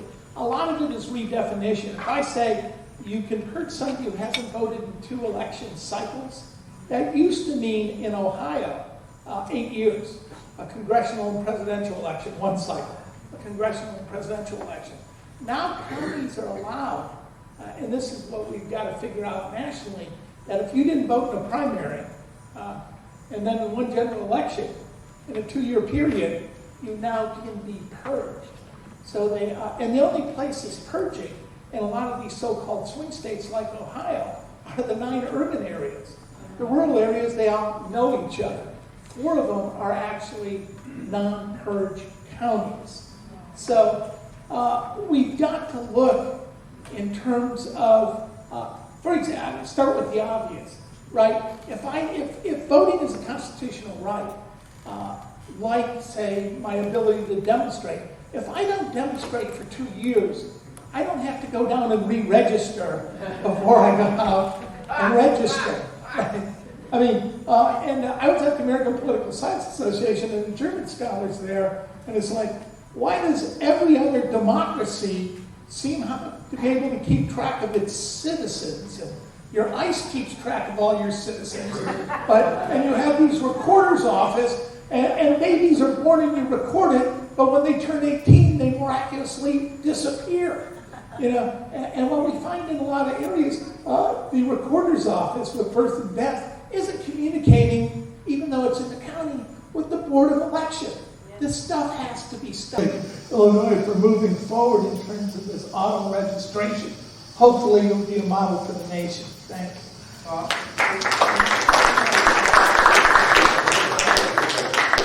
Just briefly, how many are familiar with the Cobalt Commission?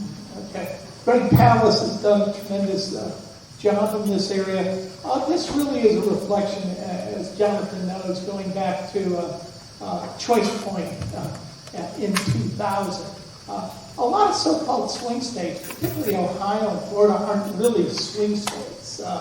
In part, it's by locking up disproportionately black males and poor people in urban areas that you strip the rolls and make them close enough to flip, which is the thesis of my book. But remember is that when in Florida, Choice Point, which has done work for the government, FBI, etc., came in with purging people of same or similar names, is that in that they didn't use dates of birth, they didn't use middle names, and they were looking for felons. Why?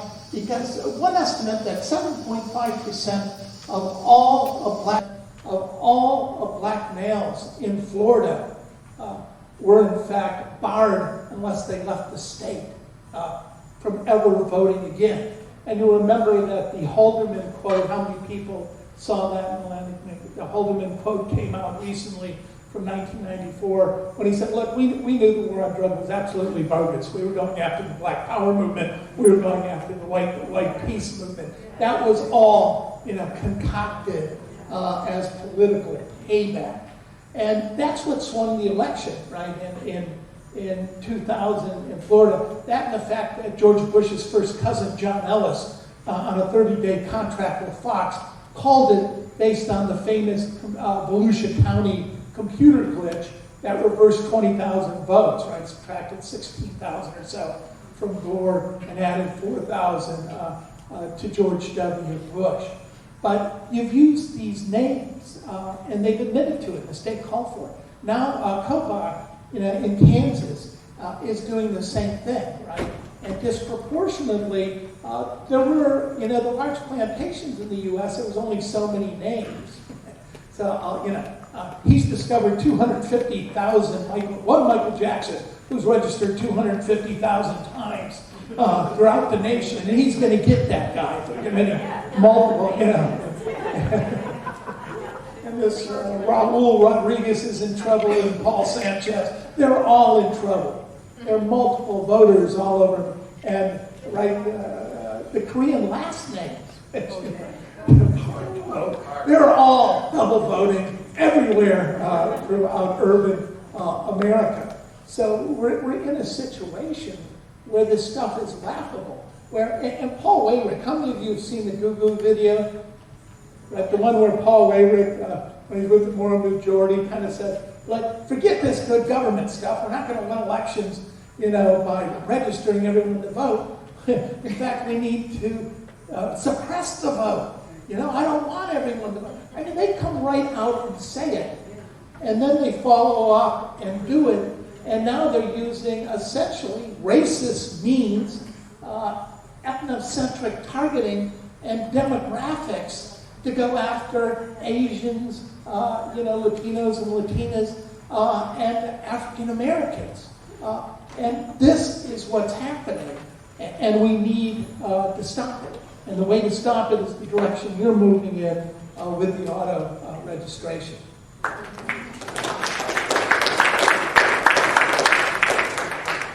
We are now going to shift gears and have a live demonstration of how a voting machine can be hacked. Conducting the hacking demonstration will be Dr. John Warner. John is a systems engineer who has the radiological detection and vulnerability assessment section at Argonne National Laboratory. John has defeated or assisted in defeating over 1,000 security devices, systems, and programs for a variety of sponsors. John holds his PhD in physics from Portland State University.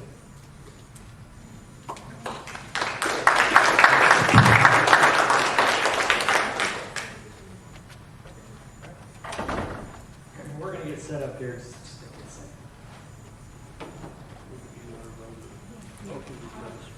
I wanted to add something to build on what was just talked about.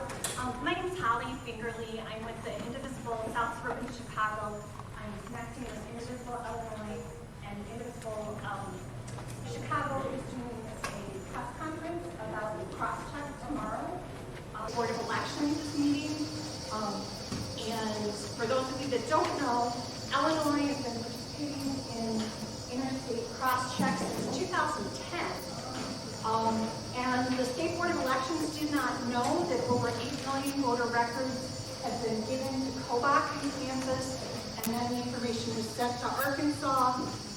They emailed the password to this database in Arkansas with social security numbers and your first name and your last name, and that information was used to vote that you did in North Carolina.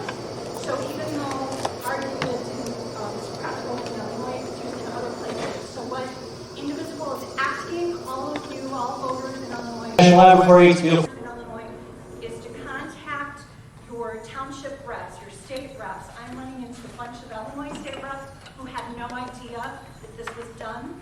And it's kind of appalling and embarrassing that our State Board of Elections didn't know that this was done. It's been pushed off the agenda twice.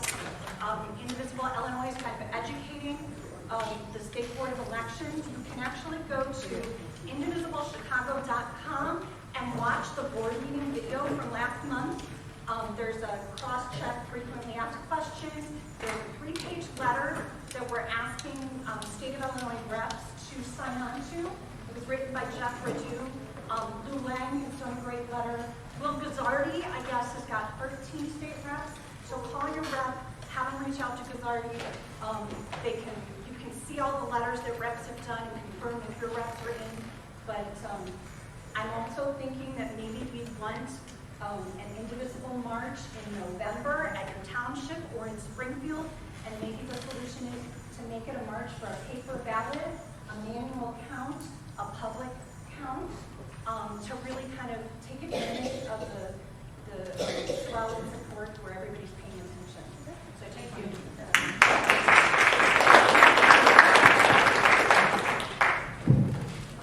Okay, we're going to go down the rabbit hole a little bit. I'm going to talk a lot about security because I'm not really an election guy. I don't know much about elections. I've learned a lot in the last hour or two. It's nice to, no offense, but it's nice to see another area of dysfunctional security. I work for Argonne National Laboratory, but I have to make a disclaimer. I don't work, or I don't speak for the government or Argonne National Laboratory. In fact, my dog won't let me speak for them. So the opinions you're going to hear are my own, and I'm not speaking for anybody in an official capacity here. So this is our it's basically a big college campus where there are no classes. The vulnerability assessment team over the last 20, 25 years, I've been there for 15, we've worked on a number of different security systems. We've looked at over 1,000 different security systems, in fact, and we've beaten them all. And it's kind of depressing, but you just don't let it get to you, so you find humor in it when you can. All right, what you're not going to hear about is you're not going to hear about cybersecurity. Earlier you heard about a cybersecurity attack on the voting machine. We don't use cybersecurity. Why? Because everybody does cybersecurity. But there is a technique that will defeat about 97 or 93.7% of cybersecurity attacks. Go ahead. That's it. That's the only advice I'm going to give you about cybersecurity. All right, so what do? We do physical security. What do I mean by physical security? I'm talking about physical things, protecting them from harm. Physical things like people, money, documents, ballots maybe. What kind of harm is that? Vandalism? You know, there's a lot of different things that a malicious adversary will want to do. There are two things that really make up an attack. The first is a vulnerability. What's a vulnerability? What is the vulnerability assessment team? A vulnerability is a weakness in a system. So a vulnerability assessment is trying to ferret out the weaknesses, trying to figure out how to make the security system stronger. We look for countermeasures, stuff like that. That's what a vulnerability is. A threat, on the other hand, is an entity with motivation and potential to do harm. These are the people that might cheat on your votes, for example. We have 16 open intelligence agencies in the United States. So what do I mean by open? I mean, we know that they're there. We don't know the ones that aren't there. But there's 16 intelligence organizations that are all concerned with threats. We're concerned about the people. I see this as a very reactive kind of thing. Why? Because these threats have already popped up on our radar screen. So this is reactionary. Proactive would be going after the vulnerabilities themselves. And the reason why is it takes both the threat and the vulnerability. It takes both of those things to make an attack happen. If you get rid of one, that circle's broken, there is no attack. Right? Now, a weakness doesn't mean a thing if there's not somebody to exploit it. And if there's not somebody to exploit a weakness, the weakness doesn't matter because it's not being leveraged for malicious intent. All right, so I'm going to get into lecturing here. Sorry about this. Engineers are really good at what they do, but they have a tendency not to think like a bad guy. We put a lot on the shoulders of engineers. We want things that work. I'm going to drop this for a second, if that's okay. Can you guys hear me as I'm speaking? No, use the microphone. Well, I'm going to need my hands here for just a second. All right, so like I said, engineers are really good at what they do. They make things that work. They make things that work in the dirt. They make things that work in the rain, whatever. Did you recognize this super fancy tool of mine? Would you tell everybody what that is? Oh, I'm sorry. A hairpin. Yes, well, bobby pin. Bobby pin. I used to think these are really hard to come by. I thought they lived on the floor of clothing stores until a high school girl told me they sold these in stores. That was an epiphany. Well, in the movies, you always see people going towards the key. That's the vulnerable spot in handcuffs, right? Well, that's what everybody would have you believe, but the truth is that's not the case at all. Truth is, you don't need the key way. You don't need the key. Where'd you go? A bobby pin. You just stuck a bobby pin. Where'd you stuck it? I may need this sooner or later. That's why they use zip ties now. My intent with this demo is just to show that it can happen. Not to teach others. I'll teach this one over here. If you want to see later, I'll teach you how to do it. Actually, I'm just kidding. Anybody can come up and learn after the show. So, we take security systems for granted. This is a lock. It's a real lock. If anybody wants, you can yank on this thing and see that it won't open. However, the code on here is supposed to be 000 for this thing to open. Is it 0000? Is it? Well, you tell me. I can't see. No. Okay. So, this is not going to open just by itself. However, same tool, same fancy. This is why I actually brought the lock. So I like to do multiple demos with one tool. So if you know how a security system works, you can take the steps to beat it. Yeah. Go ahead. So anyway, like I said, engineers are great at what they do, but they don't think like a bad guy. You actually need somebody who thinks like a bad guy to go and attack. Think about it as a peer review. I'm an academic, right? When I get stuff published, I go and send a paper out to the world. Other people look at it. And Microphone. Oh, sorry. So I'm an academic. When I get papers published, they go out in the world and they get peer review, right?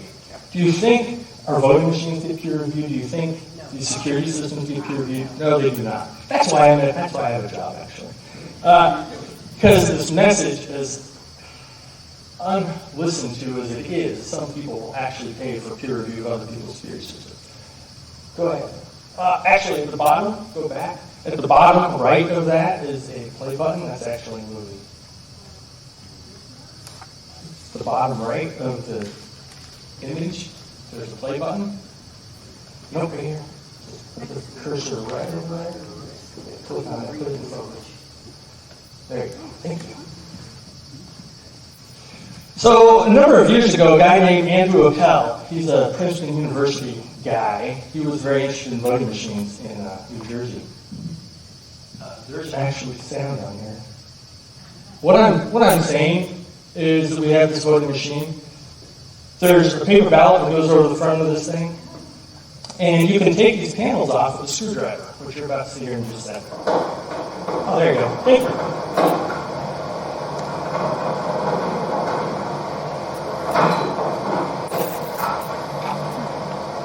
And replace it with a sub-panel that has been rewired to swap the votes for two or more candidates. There is no evidence on the outside of the sub-panel of tampering.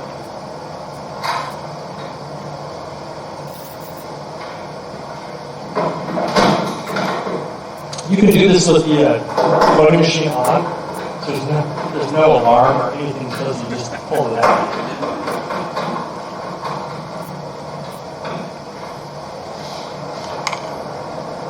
This cheating can be turned on or off remotely with a remote control as needed to avoid detection if the voting machine gets tested. Thus, vote tampering is possible without having to understand or attack the microprocessor or the software inside the voting machine. This attack could be detected with a voter-verified paper record, but it is difficult, expensive, and time-consuming to detect otherwise. So you can tell from my acting why I have a day job. So I brought one of the panels, and actually what I said up there, this is impossible to tell if we tampered with this. Actually, it is possible on this particular panel. Would you explain why, maybe? Well, because it has words in it on it. It says remote attack 2. That's how you can tell on this one it's been attacked. We wrote on it in Sharpie because we don't know either. Just looking at these things, we have no way. Go ahead.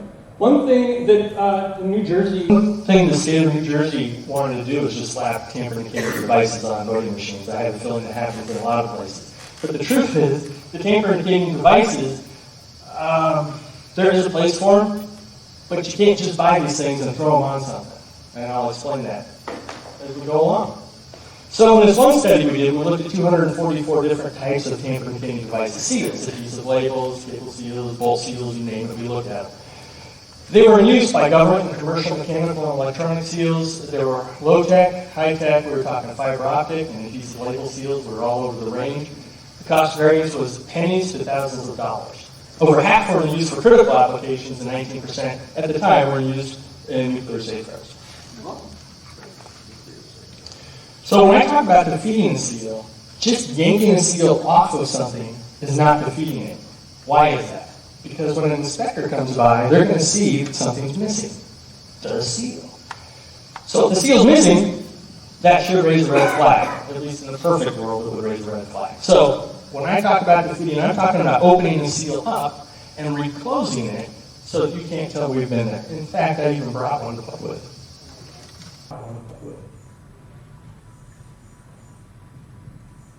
So this particular seal, this cable seal, is used in nuclear safeguards. Actually, today, would you go ahead and give us a tug? Just to ensure people that. Yeah, you just get one. Okay. Thank you very much. Oh, here's my tool. My fancy tool that I'm going to use. I made that. Can you tell? It's just a piece of metal that I forged or I manipulated. Is this a plastic seal or a metal seal? This is a metal cable seal. Right? That's pretty high tech, huh? It took me a whole minute to make that flash. Where'd you make that? I gotta keep some secrets. So, if you know how these things work, just like that block over there, and you know where to put the fancy little tool you made, I usually did.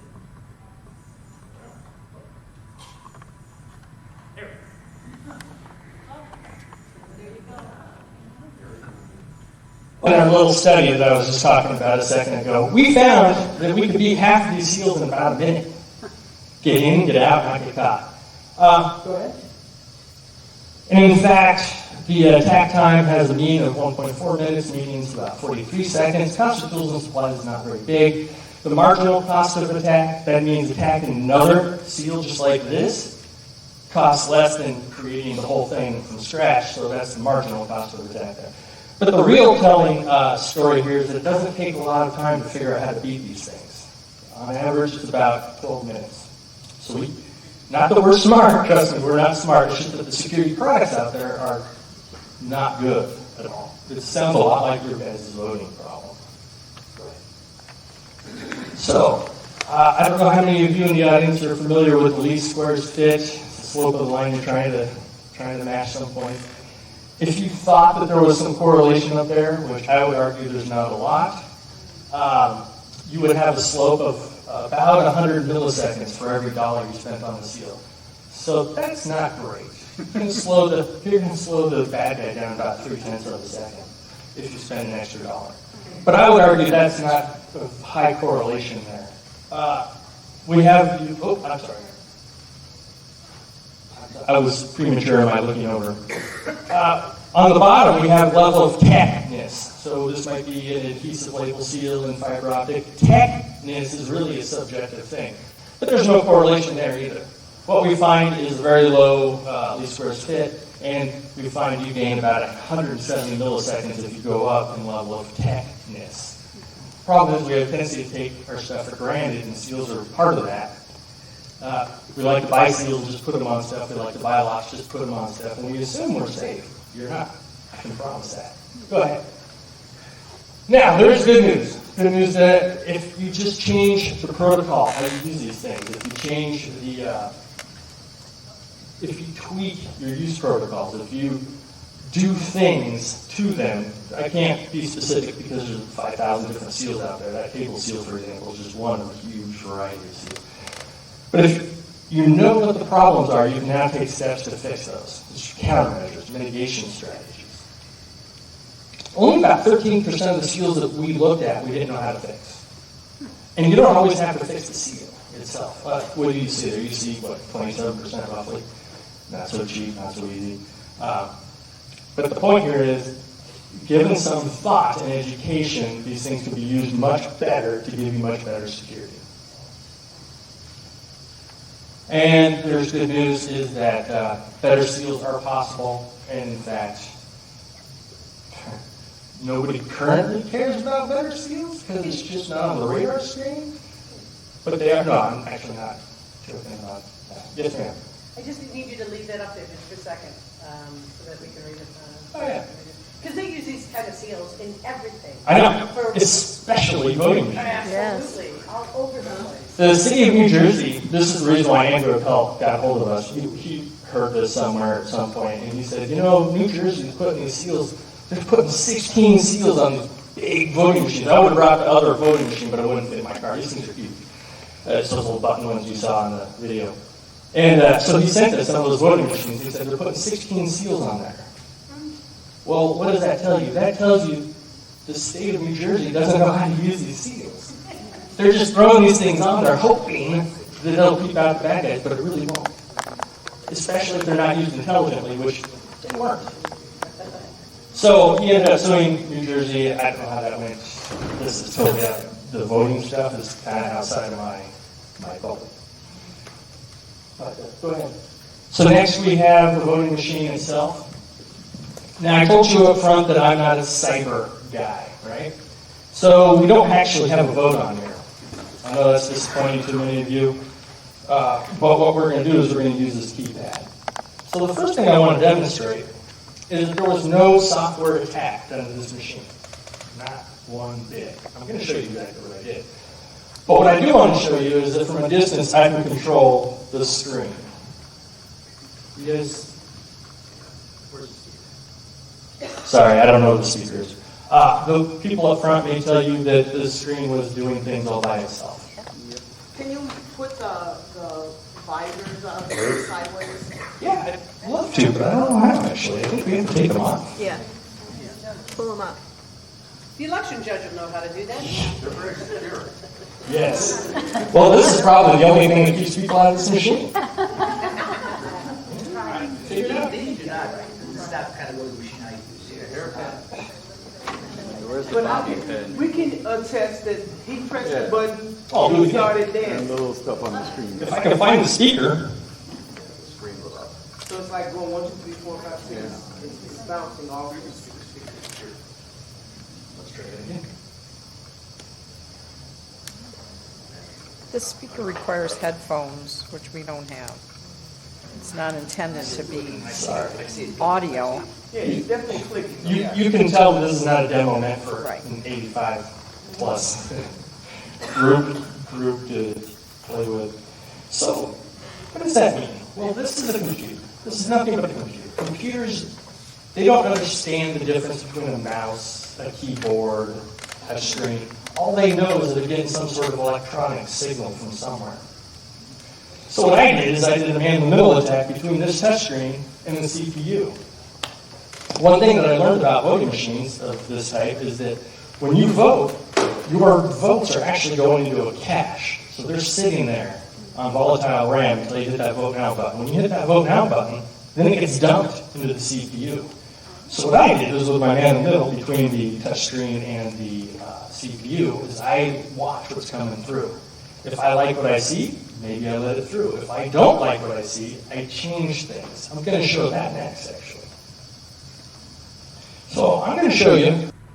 I'm going to need you guys to verify for me. I'm going to press the buttons 1, 2, 3, 4. Okay, here we go. I'm going to press the buttons. Oh wait, don't grab too much. It's going to listen. So I'm going to press 1, 2, 3, 4. When I say OK, that's basically my vote now button. So this is going to get dumped into the CPU. You're going to see that it's the incorrect pin number. Okay, incorrect pin number. So I'm going to give you that same password. 1, 2, 3, 4. But this time, I'm going to press the button on here. So what am I doing with this? What I'm going to do is I'm going to black out the screen. I'm going to change the password of 1, 2, 3, 4 to the correct password, which is 1111, which is way more secure. And then we're going to go on to the next screen. That's how you do it. But this is a lecture I often give to security people. As a bad guy, you don't walk around with a remote control. Do you know why? Yeah, you look like an idiot. And somebody is going to come and ask you what the heck you're doing. So what I would do is with my man in the middle attack I put in here, I'd run it on a timer. I would have it set between the hours of, say, 10 o'clock, maybe 3 p.m. I don't know. What are the hours for election? 6 a.m. to 7 p.m. But you're going to test your stuff in the morning and the afternoon, right? Or in the evening? So I don't want to get caught. So I'm not going to run my physical attack while you're... Well, I'm worried about you testing your equipment. Oh. Then maybe I would expand my time zone. You could test equipment, but no, they won't test equipment. At least not in the windy city of Chicago. Okay. Maybe in some places. Not in the county of Crook. I always assumed they were just... Not in the county of Crook. You did. Crook County does not do that. All right, so I'm going to show you what I did, but I'm going to have to dump the microphone and I'm going to have to take this out because I put a man in the middle in here and I have to get inside. So as you're going to see, this takes an extremely long period of time, so just give me a second, please.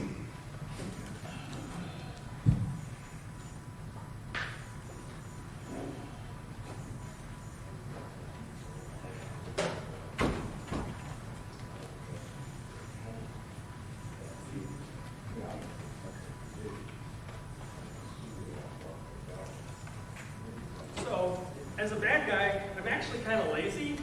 I could do this by hand like you saw in the video, but I'm not gonna. If I was at work, I'd be wearing safety glasses right now, but I'm not. Are you removing screws or are you drilling holes? I'm removing screws. There are 8 screws in the back of this machine. All right. And I prefer to speed things up rather than doing it by hand.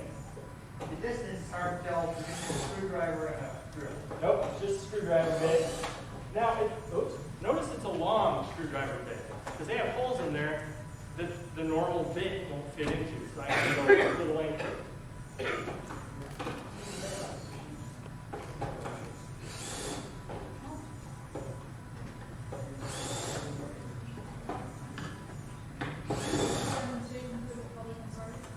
Say again? The same demonstration you could go all over? I don't. This is the first time it's ever been outside of our house. Well, there's one screw left. No. While he's finishing that, I want to say something quick about seals. And, technologically, he's giving the technological thing. I also want you to think about the public administration angle for this. Seals, if you remove them, you might be able to see if they're removed or tampered with or not. It was one of the things that Wisconsin League Count found was there was a machine in St. Croix, or a bunch of machines in St. Croix County, where the seals on the little door you open to get at the software were fine. But the seals on the machine that would show whether or not they could remove the background like that were broken. And so they went and they were using these machines in the election. They used them in the recount. They had the voting machine company sign an affidavit saying, we back in the machine 4 elections ago, when we serviced the machine. They found 4 elections without a seal to show that they hadn't moved the back. And, okay, number one, no one had looked to see whether the seals had been tampered with, no one noticed it. And when they noticed that the seal had been missing and not replaced, they didn't do anything. That's the other public administration angle you have to ask. Okay, so even if you see those seals have been removed and tampered with, what are you going to do about it? And the answer is with elections, nothing. Oh darn, we went through 4 elections without a seal machine. Too bad, move on. Anyway. You know I just told you how bad seals are and everything, but at least it's something. It looks like you're trying. If you don't even use them, geez, look, it's terrible. Alright, so what did I do? This is going to be hard to do. I apologize, I'm dropping the mic, but this is where my man in the middle attack is, right here, in between the touch screen. That's it. That's mine. Now, engineers, because they want things to be nice and easy to work on, they make things very modular. So you see this ribbon cable normally goes right into here. So what I did is I just disconnected the 2 things. And my man in the middle attack can see my little antenna for my remote control. I can see this, which plugs into here, and then this, which plugs into here. I'm normally holding it when I'm doing this. See? That's it, just a man in the middle attack. So what I'm doing is I'm hijacking, sniffing every single electronic line going to the CPU from the front of this thing. That's it, that's all there is to this.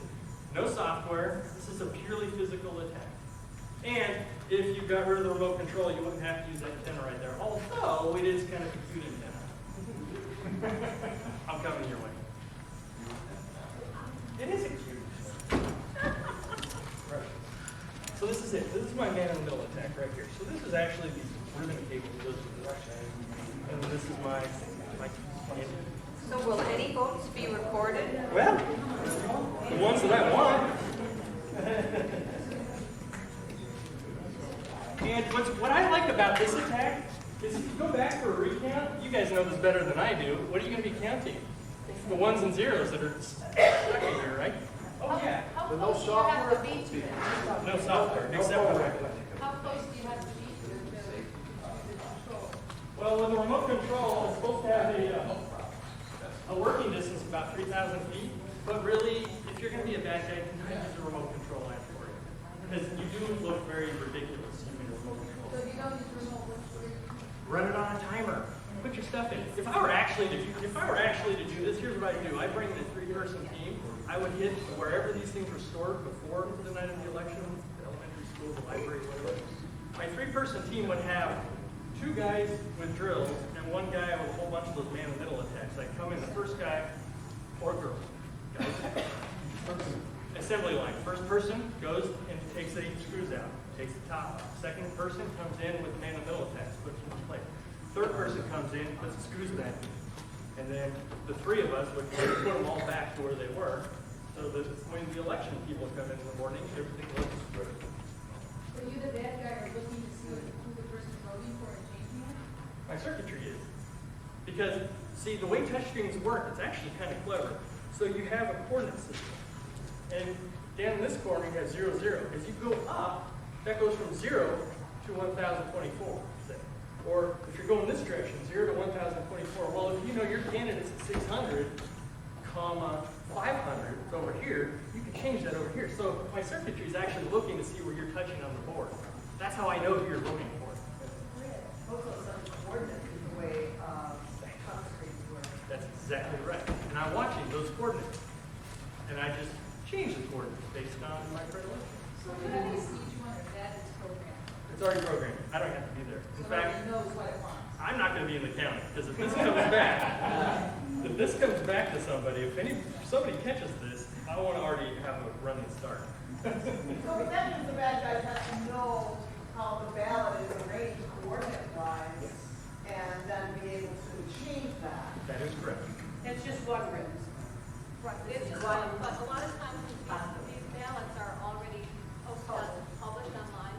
The other thing is, in DuPage County, we FOIA for any kind of acceptance testing to see if there was an alien they do Can not- you use the mic? Oh, sure.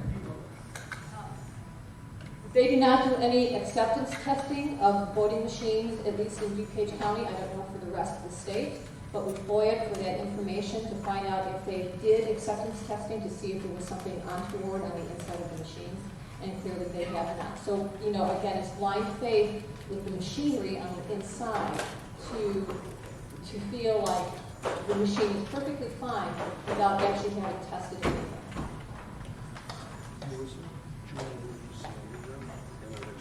John, do you have anything else? No, that was it. I hope you guys enjoyed. Sorry about it. Thank you.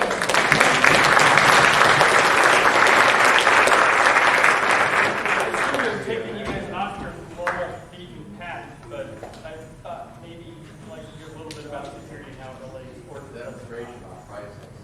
Yeah. All right. I'm glad you're not a bad guy. You know, I hear that, but here's the thing. No. Every time, actually, we do things for fun. Okay, let me back up. We get paid to do things, but the things that we do for fun, we just, you know, that's what we show. So this is more of a lark for fun.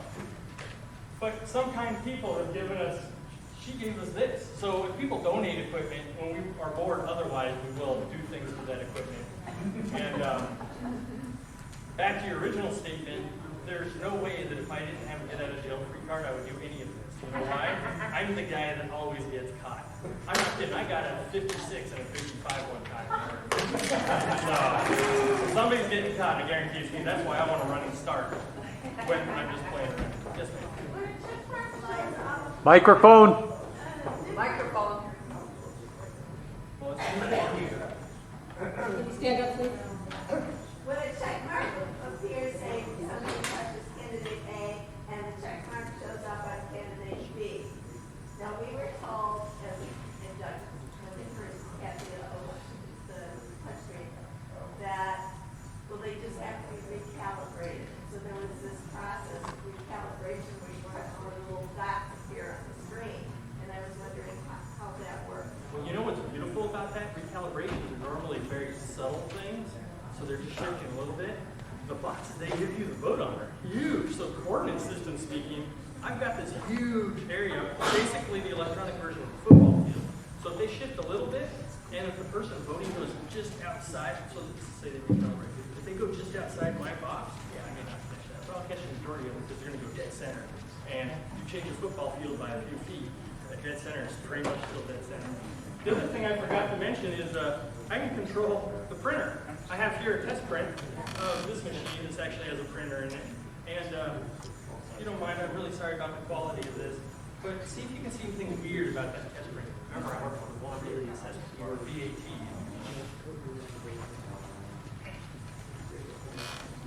So what he's finding out is that even if there were a paper verified record off of this machine, I could control the output. So even though I made the computer think you were voting for somebody else, I could make you believe you were voting for the correct candidate. You were voting the whole thing. And then I'd only get caught in a recount. Or at least that's what I used to think until I came here and learned about the dysfunction of recounts. So just in case anybody in the audience doesn't think that people have time to do this, we have had poll watching training at early voting sites several times where a bunch of us are sitting with all of the electronic machines around us for a couple of hours, nobody checking in on it at all. We could have hacked into 15 voting machines in a matter of, like a half an hour. So, and that happens everywhere. It's everywhere. And that relies, that's also why the chain of custody, which the bill is going to be, our bill is going to address, the chain of custody is very important. Okay, so I'm sorry, but we have to move on. Thank you, Kathy. We have a short video. Sandy Morgenstein is a novelist who several years ago wrote Cassandra Chanting. Cassandra Chanting, a thriller describing what might happen if foreign agents hack and rig a U.S. presidential election. Sandy received a B.S. in physics from MIT and an M.S. in astrophysics from the University of Chicago. Sandy is also the developer of over 35 patents, mostly in telecommunications. Sandy is currently working on getting his novel transformed into a full-length motion picture, which will be called Valley Horror. Please welcome Sandy. Thank you. I'm going to introduce it in a second. Just take me a second to introduce it, and I'm going to do something no one else has done. I'm going to tell you something off color. So if you don't like off color, one of the important things we learned today, and not taking anything away from this demonstration, opticals in the machines are run by software and they can be hacked also. It's not just DREs, and it's the common perception it's touchscreen machines that are the problem. Optical scan machines are also the problem. So here's the off-color story. It has to do, how many in the audience are men over 40? How many of you are certified urologists? How many of you men who are over 40 have ever had Digital rectal exam. DRE. The urologist laughed at that and threw tomatoes at me. So remember the old Woody Allen joke about this girl he wanted to date? DREs are doing to the country what urologists are doing to men over 40.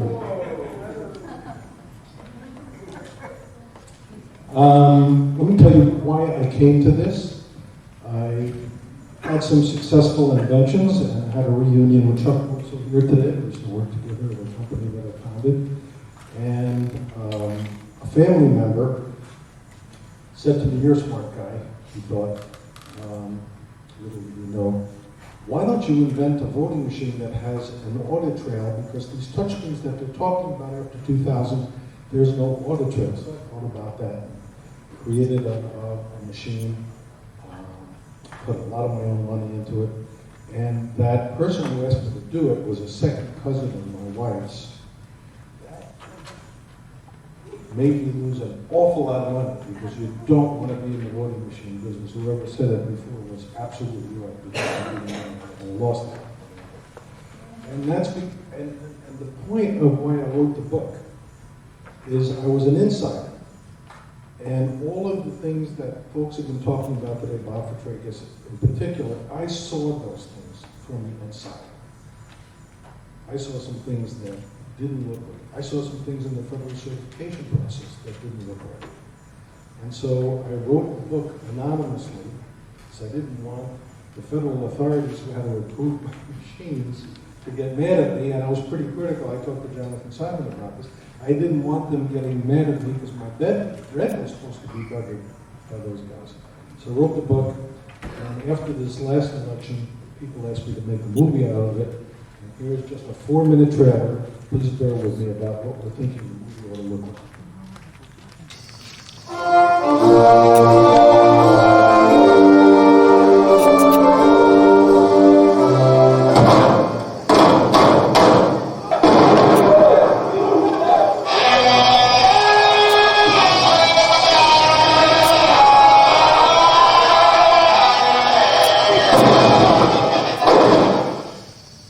Hello, I'm Sandy Morgenstein. 10 years ago, I wrote a novel about what would happen if our elections were undermined by foreign agents. I imagined mayhem, Americans against Americans, all feeding the strategy of foreign enemies. Sound familiar? My name is Carl Martello. Before a training accident washed me out, I was a Navy SEAL. My life was grueling, but I always wanted to fight for my country. I graduated from the Naval Academy, and it was there that I first met Dido Dupre, a foreign student from some North African country sent to improve relations with allies. She was special, a face that was both young and old. I'll never forget her eyes, dark, yet burning with intelligence, and something else which I learned about later. She was the only female foreign military candidate at the academy. I was recognized for having skills in disarming computer cyber attacks. So, I was assigned to what was the National Bureau of Standards, now the National Institutes of Science and Technology. I worked in a new team, one set up to improve America's voting systems, systems that were notoriously inaccurate and vulnerable to hacking, both domestic and foreign. Is the vulnerability of computerized voting systems to hacking a critical threat to our national security?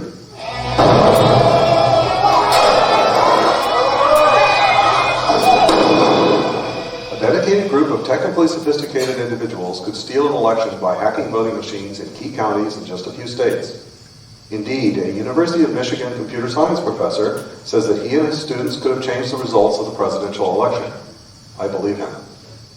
Let me back up. Dido was a plant, what we call a deep asset. She seduced several staff at the academy. But I lost track of her for many years, until strange things were happening in the presidential election. I met Congressman Larry Bowman several years ago. I never knew that he had this odd nickname, Hutch. Now it's appearing in all his campaign posters. A computer specialist from the National Institutes of Science and Technology was assigned to work with me to uncover why Larry Hutch Bowman was winning several primaries despite being an underdog. We all know large amounts of money are being spent on elections these days, and it really wouldn't take that much, relatively speaking, to hire somebody in a country which is well beyond the reach of U.S. law to hack into an election.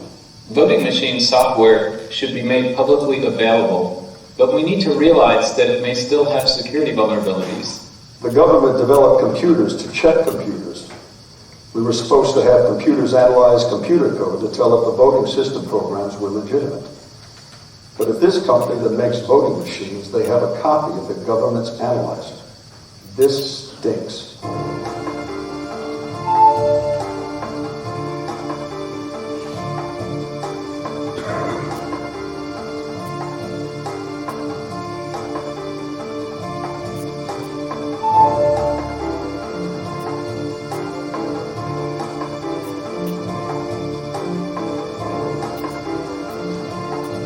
Angela, Jerome isn't making it to our meeting.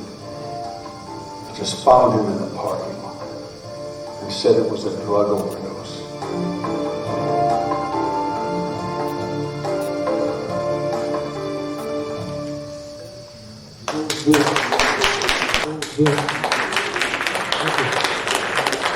The reason for doing this as fictions, we've been sitting here this morning listening to horror stories at a fact check. And my tagline is, America will not believe the facts.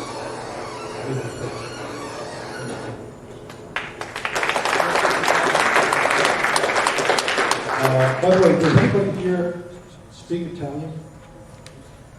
So the company, a little bit, when you're a writer, you get to have fun this way. I showed a computer company that was involved with hacking elections called Curvato Corporation. In Italian, that means crooked.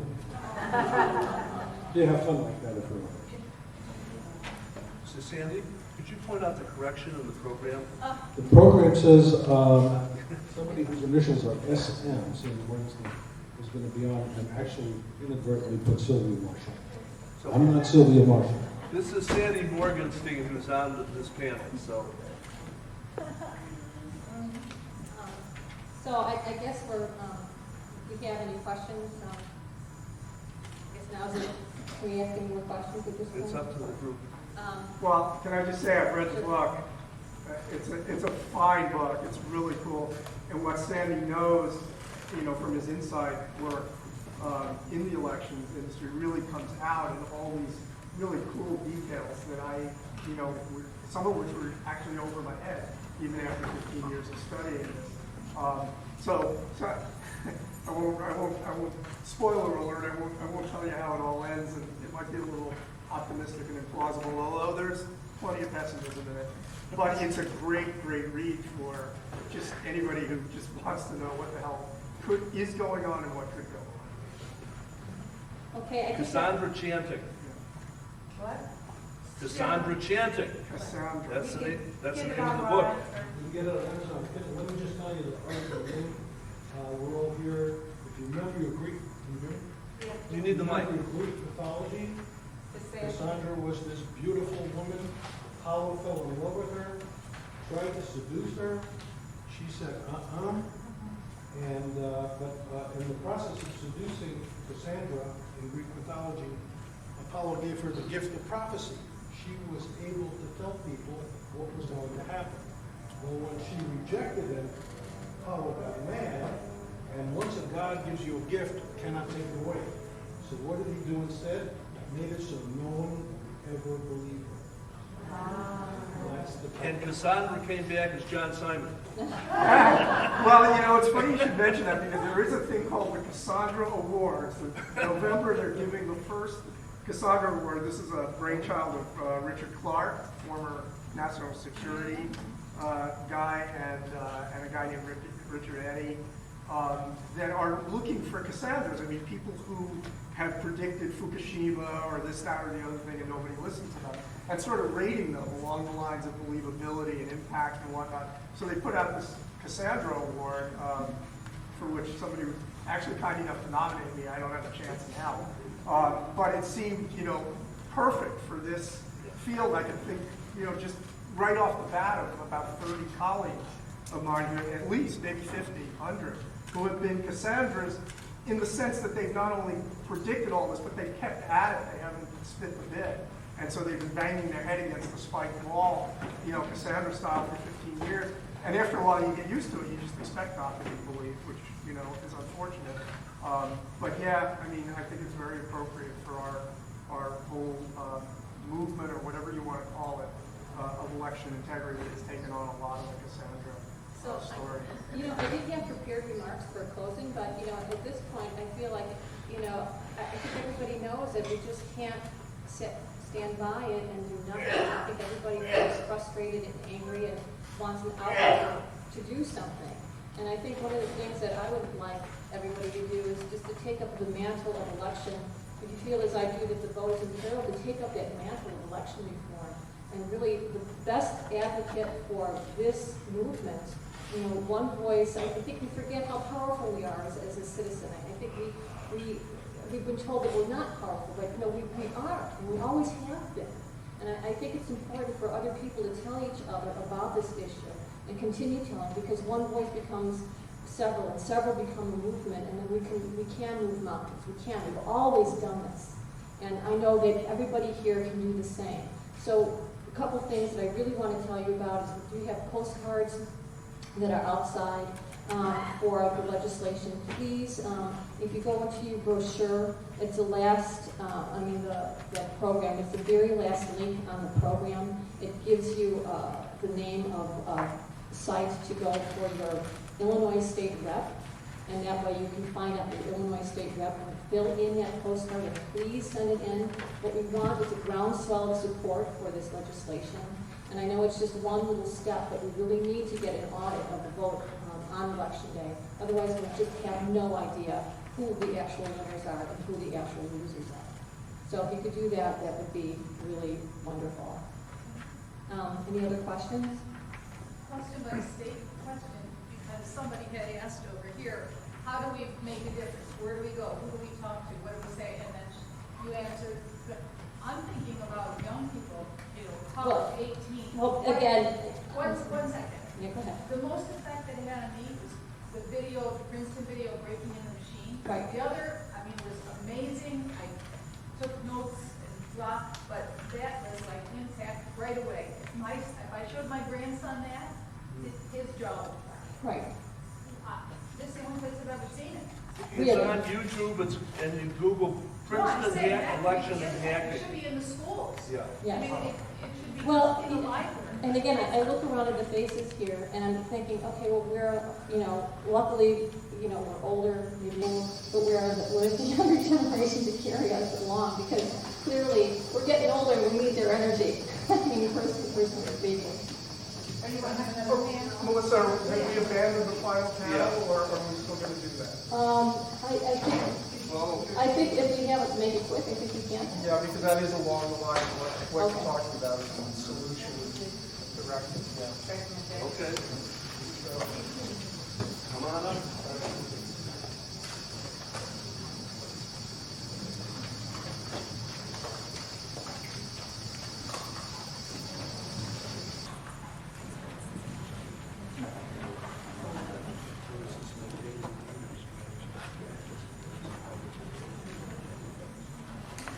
Which panel was this?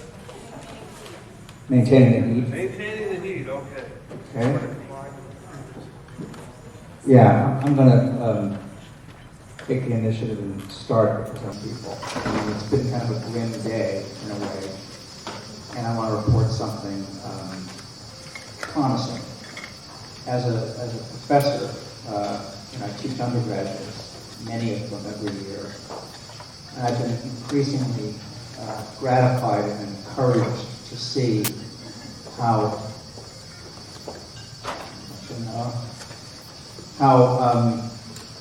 unintimidated young people are by the conspiracy theory charge. It just does not resonate with young people because they've grown up with the internet and social media, which allows them to get the other side of the story, or the other sides of the story, in seconds. You know, very different from the 60s, for example, when if you wanted to know more about the truth of, say, Kennedy assassination, you'd have to travel. You'd have to go somewhere else. You know, you'd have to visit an archive. You'd have to interview a witness. Now everything's online.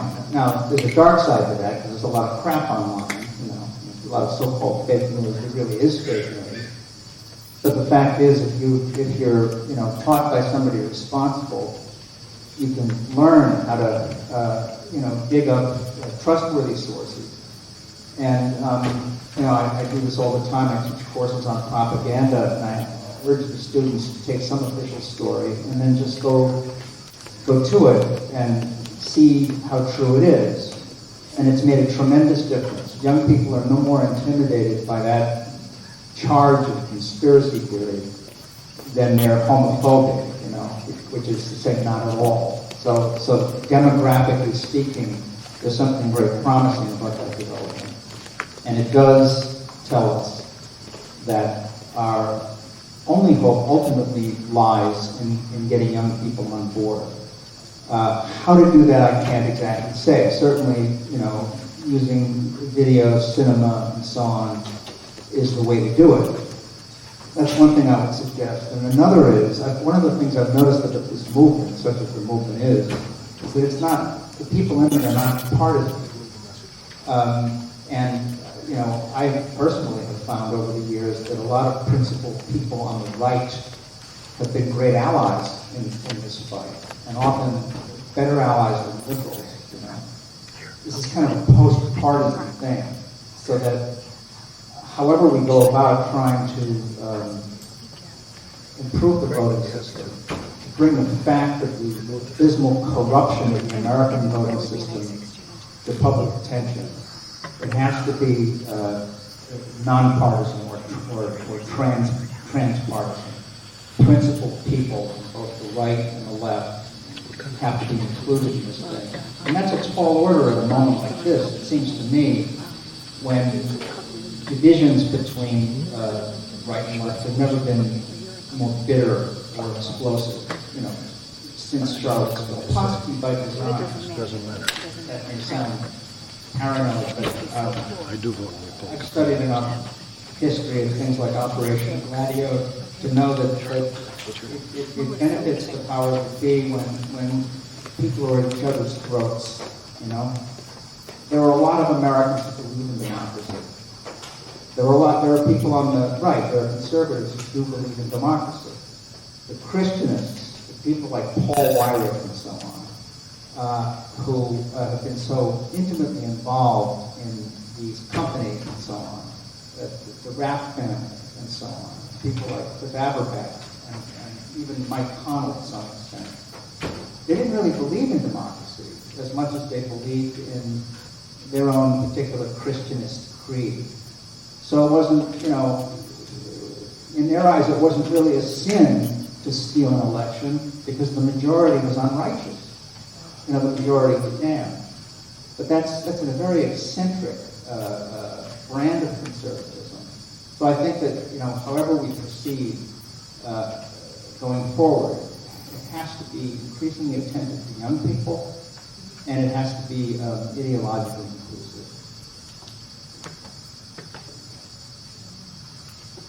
Amen. All that Mark said.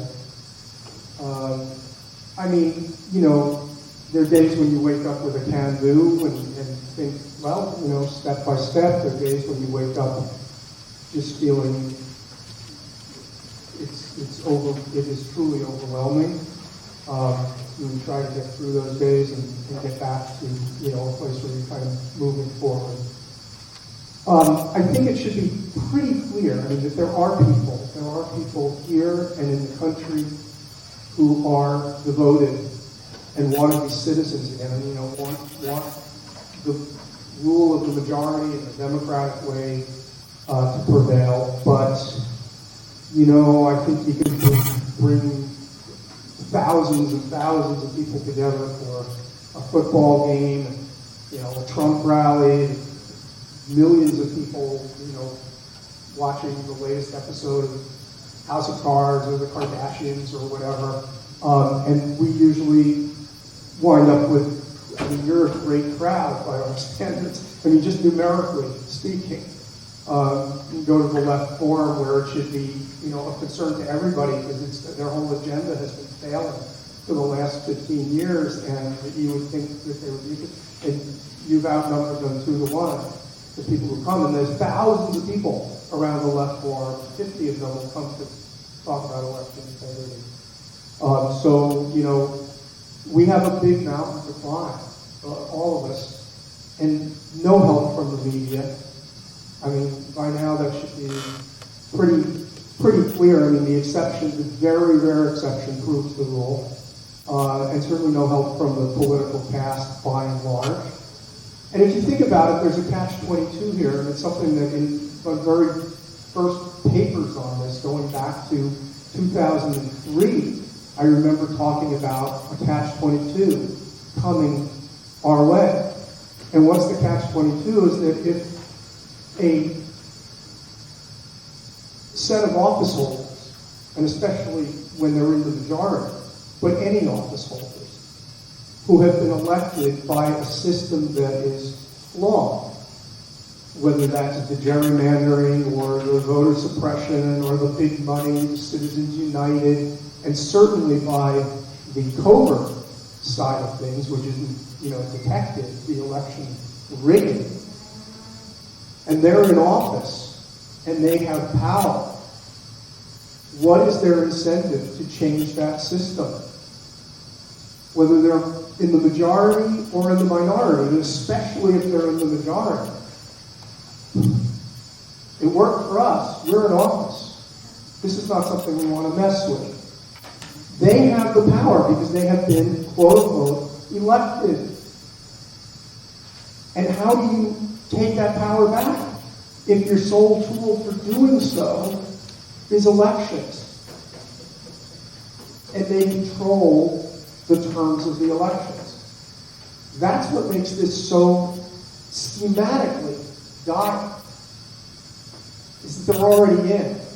This is not the early stages of cancer where you can hit it with a little, you know, radiation or something. This is stage 4. They're already in. How do you get them out? And, you know, we have, I guess, a slow boat going.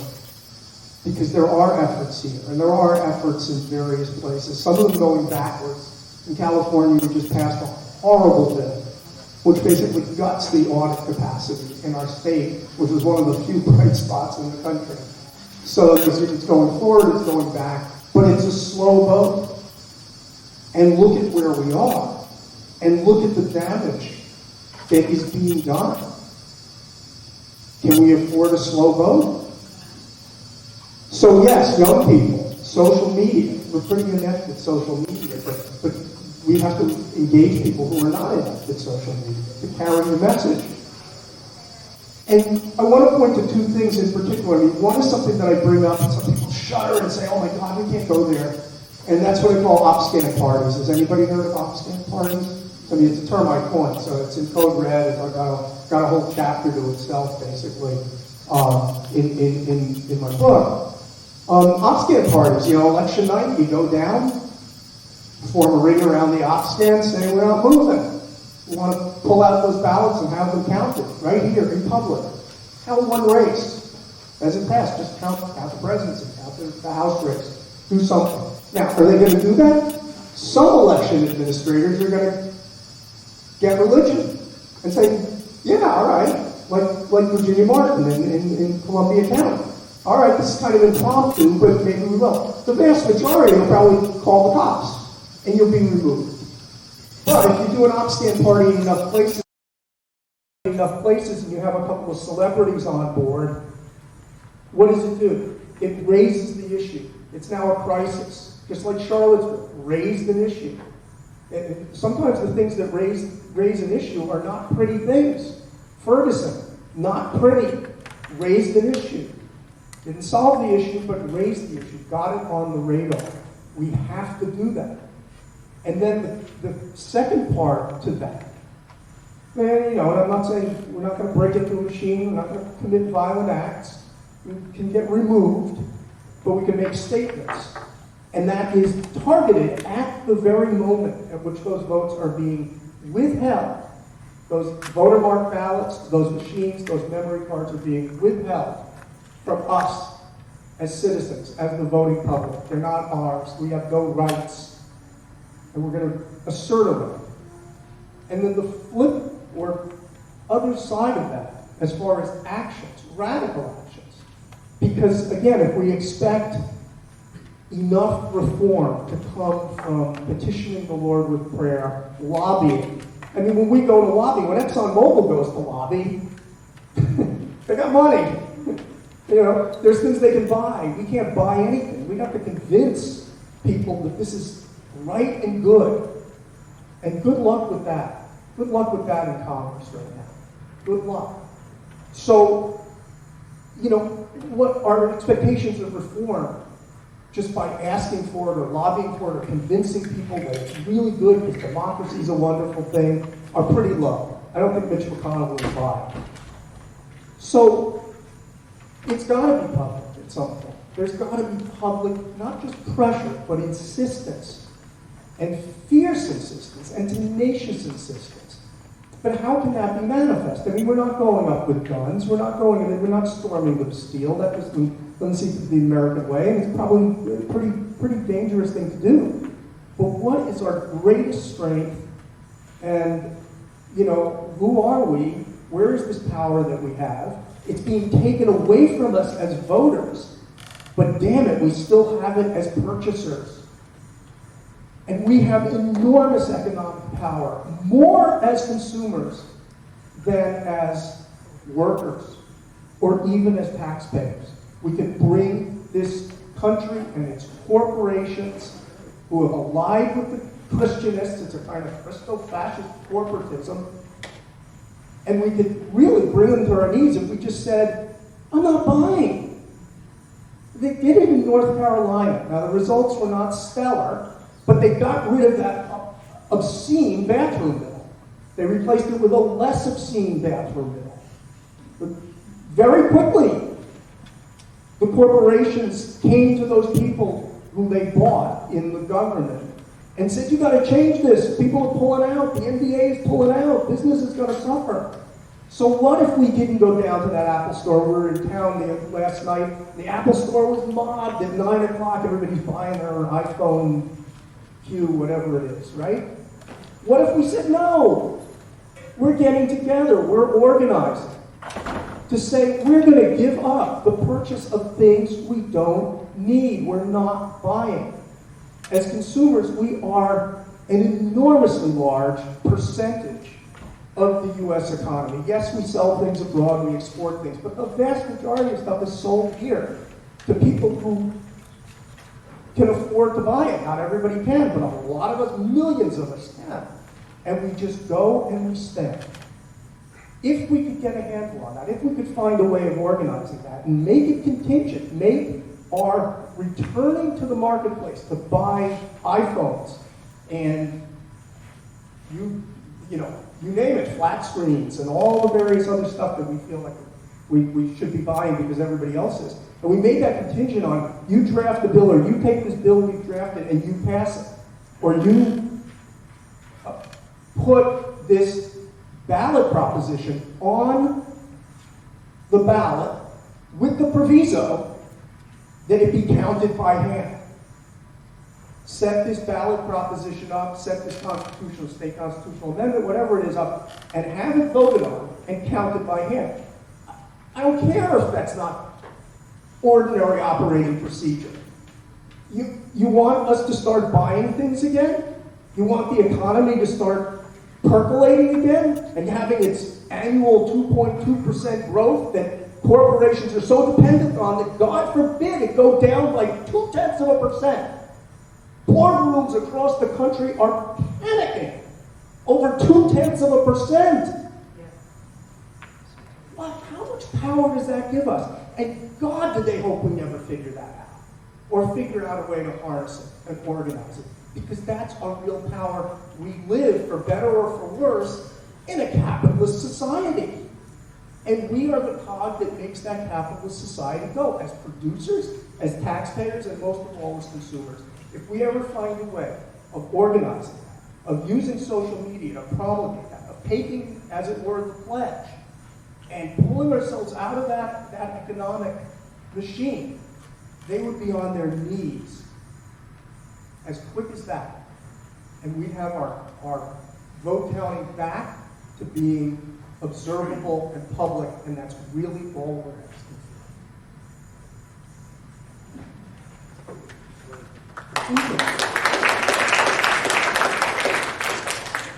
Yeah, amen to what those guys said. I'd like to use the time for my closing remarks to polish off some of these questions that have gone unanswered all day. I saw so many hands that were up that never got answered. Anyone have any questions for anybody, not just me? Yeah. I just had a comment to make because I've thought for a long time about how we can get the business negative going to push people. And I'm afraid to use my computer and everything else because they seem to track everything you do. So I'm thinking about it, and I joined a group that's going to have this huge thing on November 4th in the city of Chicago and all over the country. And it's being organized in print by Refuse Fascism, which I am not particularly fond of, but it's an open meeting. It's a whole house operation. Remember when the women got together and just went out there? You know what we did, don't you? We supported each other. We exchanged numbers. Local activism began in some of the cities around the place, like Evanston. And all of a sudden, a movement was birthed that had many more contacts than you could even do over your media, because everybody was doing it. And if this happens again, this is a great place for us to present ourselves and meet more people and pass the word around and bring your flyers and your experiences. And it'll be very wholesome. You don't have any idea how big it's going to be.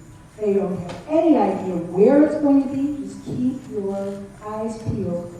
But there's no reason during a group action you could not devise a system where you could get groups of people to even mob stores and then walk out without buying. You know?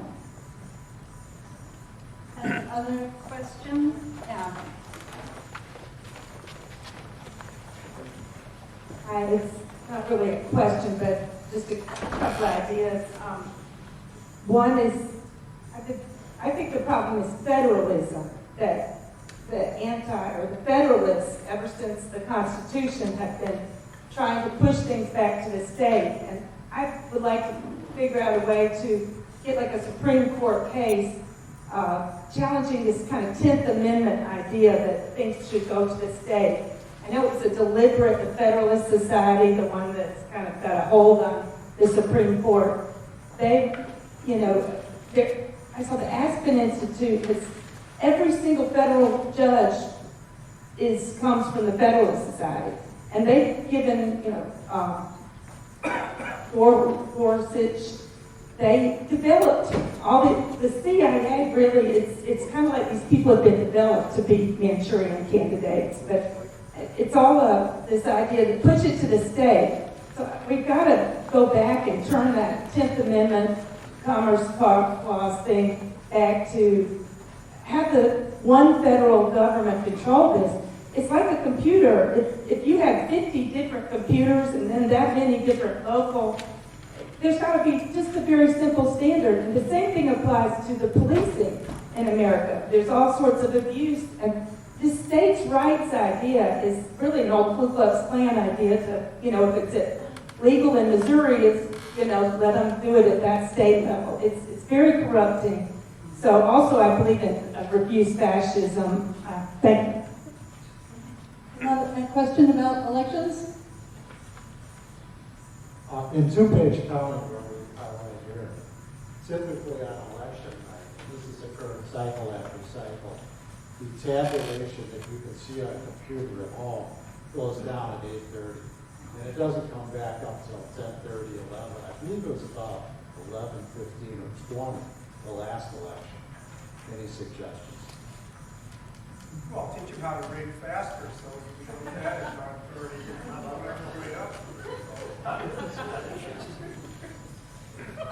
Paper ballots audits afterwards, just check to make sure afterwards that the tabulation was correct.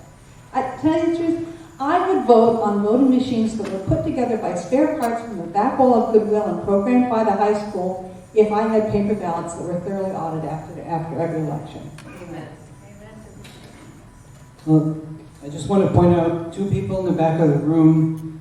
Jean Kazmarek, she's been incredibly strong activist in DuPage County for election security, and Michelle Gale. Now, Jean is running for DuPage County Clerk, and Michelle is running for DuPage County Chair.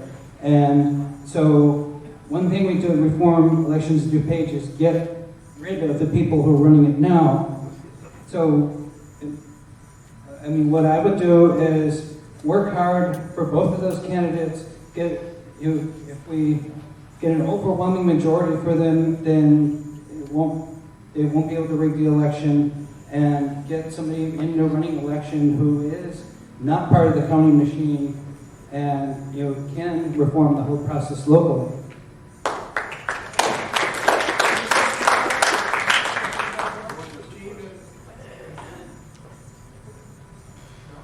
It's apparent by the open discussion that this panel put together that really election day is the most important day in any campaign cycle. So, in a political situation in which we are trying to organize for progressive change, that gets to the heart of being able to make appropriate changes as society sees fit. The rigging of elections seems to be happening in all levels. I think one thing to consider is a constitutional right to vote amendment that has been suggested a long time ago. And I just wanted to add one more thing. There are sporadic evidence out there that people are voting with their dollars. I attended a women's conference in Detroit last week, in which one of the bakers unions was talking about the labels campaign as it relates to Nabisco. The moment the consumers found out that those jobs have been outsourced, spending for that Nabisco products went down, and the CEO was fired. There is with the constitutional amendment for the right to vote, that's important. There's a Congressional Voting Rights Caucus. Google them, follow them. There's legislation right now to get a right to vote in the Constitution, which, believe it or not, there is not yet one. And if we got that, maybe we could have some of the legislation, or lawsuits, I should say, to enforce voting rights. Roy, the microphone. Roy.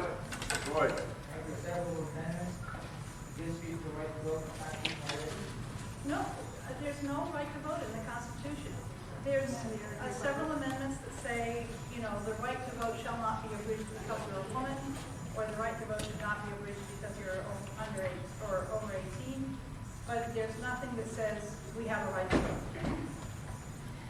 We've heard the term publicly observable here several times today. And what it really seems to mean is publicly observed by 6 poll watchers, maybe 6 judges in the polls. There's a county in the nation which has fulfilled the notion of publicly observable by publishing images of its ballots in all its elections since 2007. Now, it seems like there's a concern about the privacy of the voter, but the voter is not revealed by the ballot. Secrecy of the ballot really should be named a non-anonymity of the ballot. The ballot is not secret. You're supposed to know what's on the ballot. When you're hand counting the ballots, you have to see what's on the ballot. What's secret is who cast the ballot. Which county is this? Pardon me? Which county is this? Humboldt County, California. Look up the Humboldt County Transparency Project. Just wanted to make sure. The notion of publishing the ballots as a means of public observability and of ensuring the ballots against loss or carafes of coffee being spilled over was not mentioned by anyone tonight, and I was a little bit surprised. I would like to get the panel's comments on this. Yeah, I can comment on that. It's a good idea to publish the ballots online, and in fact, Dane County, Wisconsin has just started doing it. The digital ballot images created by the machines are published online by Dane County. I personally think it's a good thing, but it's largely decorative. Even if citizens can go through those ballots online, the ballot images, they won't. If citizens did go through them and found an error, they'd be dismissed and said, oh, you must have miscounted. I can't speak for Humboldt County, California. I know that the digital ballot images that Dane County publishes online don't have a good chain of custody or a record of what they are. There's no way to tell whether they were the actual ballot images or not. There's just no substitute for election officials doing the kind of audit that you would expect from a city treasurer, checking the accuracy of the property tax bills. It is the election official's job to ensure that their work product is correct, and they need to do it, and they need to do it publicly and transparently. And again, that's nothing against publishing ballot images online. It is not the solution. Can I get the opinion of the other panelists?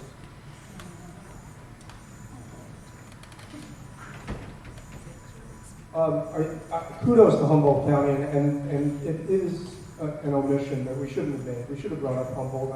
I brought up Columbia County in New York, which has a different approach. Humboldt has been a real pioneer.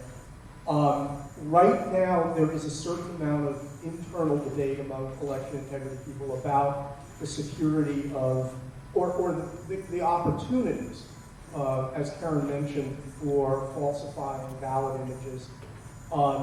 It's, as of now, I think it's still somewhat unresolved. Reasonable minds disagree.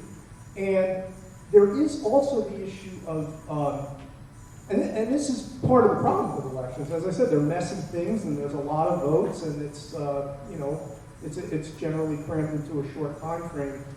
It's a lot, unless you're going to count all the ballots. This idea, let's say, that a voter could look at their own receipt. I mean, assuming that the receipt even accurately reflected what was in the machine.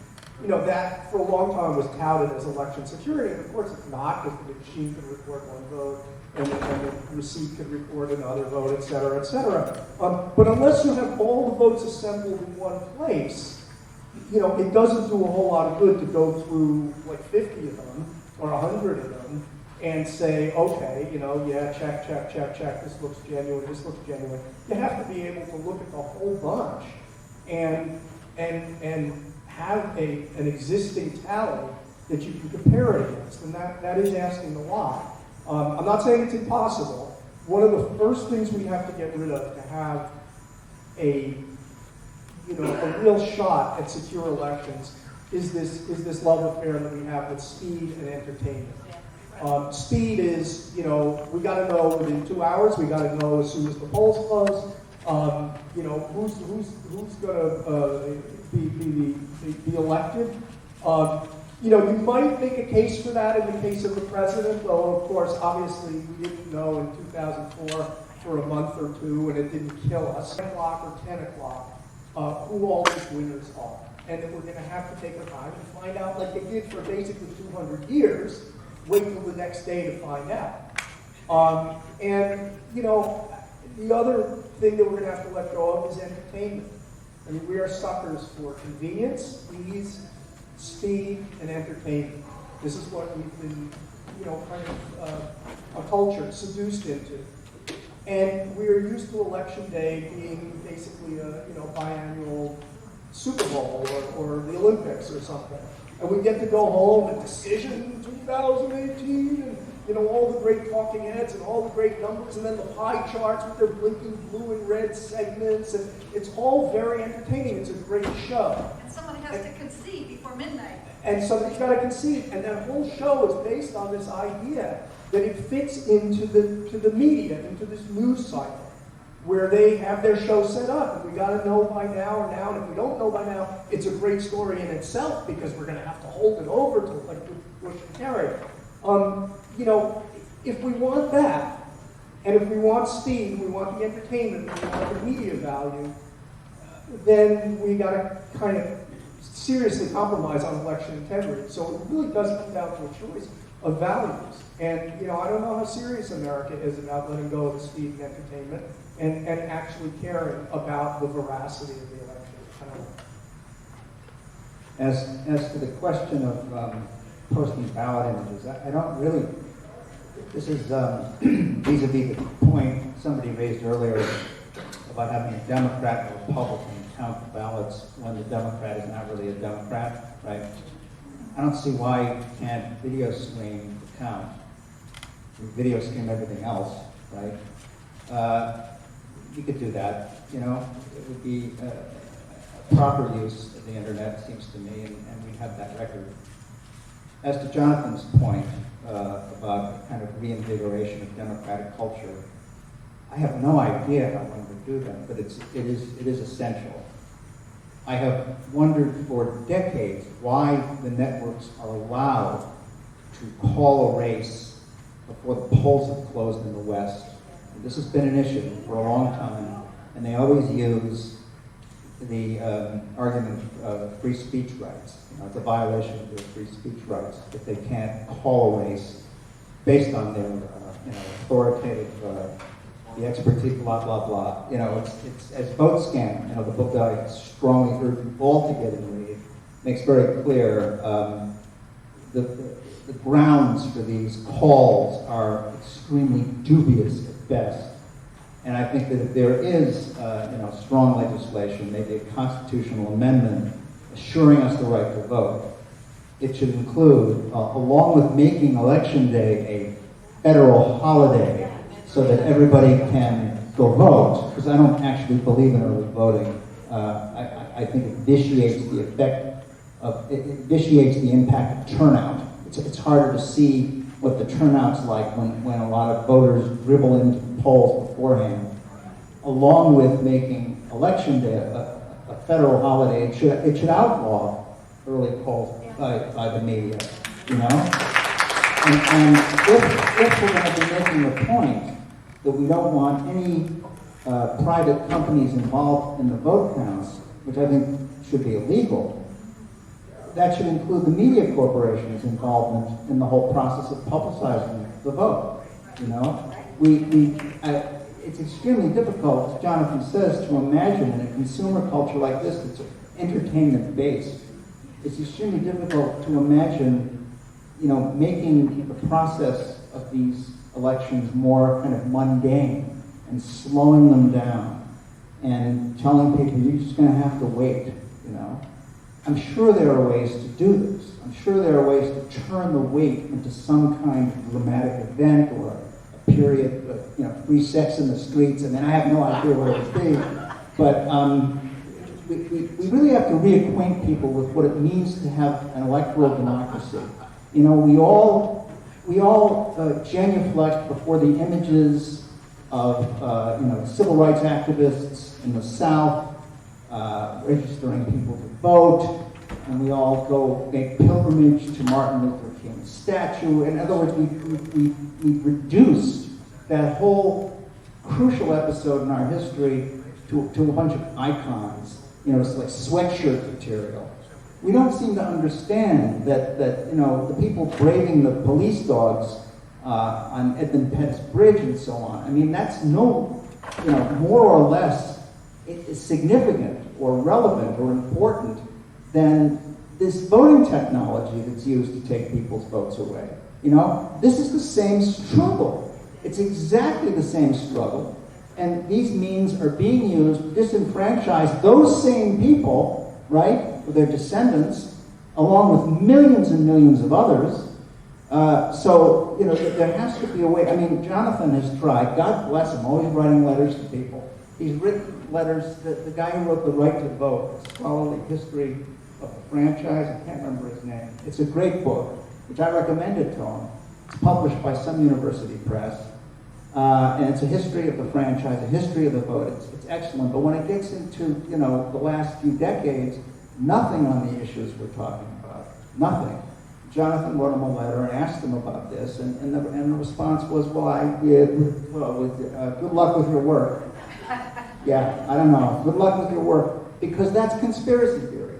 He's not going to get into that. But we have to find ways to do that. And I think one of the things that would be extremely helpful is one or two killer Hollywood movies, based on true stories, like JFK, like Oliver Stone's film, which had a tremendous impact. Somebody should make a movie about the story of Mike Connell, for example.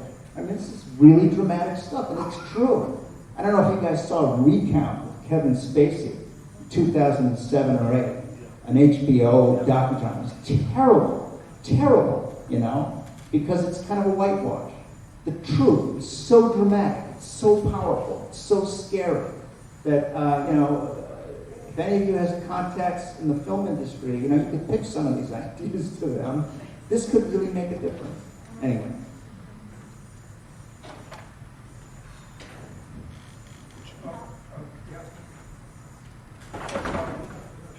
Somebody asked? Yeah. She has a comment. I have one more. Claire has a comment. Oh. Yep. Hi, I'm Claire Tobin, and I'm a longtime member of Illinois Ballot Integrity. But one of the things I wanted to point out to you, to give you some hope, is several years ago we were monitoring the 5% audit at the Chicago Board of Elections, but we never had enough people. But then came the March primary and the November election, and we got 40 people down to monitor the bogus 5% audit. As a result of that, we saw major discrepancies, which we pointed out to the Chicago Board of Elections, and one thing led to another, and Lee Camp found our video, and so it spread like wildfire to hundreds of thousands of people, and of course made the Chicago Board of Elections look very inept and ridicule them. In addition to that, we were able to find pro bono lawyers who filed a federal lawsuit, and we have 3 people here who are plaintiffs, including myself, Rebecca Curlett, stand up, and Michelle Gale. And so the good news is, it just takes a few people. And the lawsuit was filed in July, and we are still in the appeal process, if you like, or whatever, try to kick us out of court. But we're still there, so you won't read it in the mainstream media yet, unless we get a good judge and we start going on to discovery, and then we can reveal all of the truth about what we have observed in the audit. So a few people, all it takes, keep pressing on, and then things do start happening.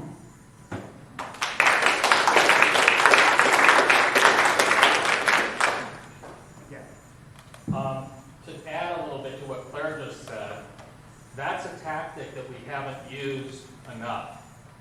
And it's a very effective tactic, bringing court cases.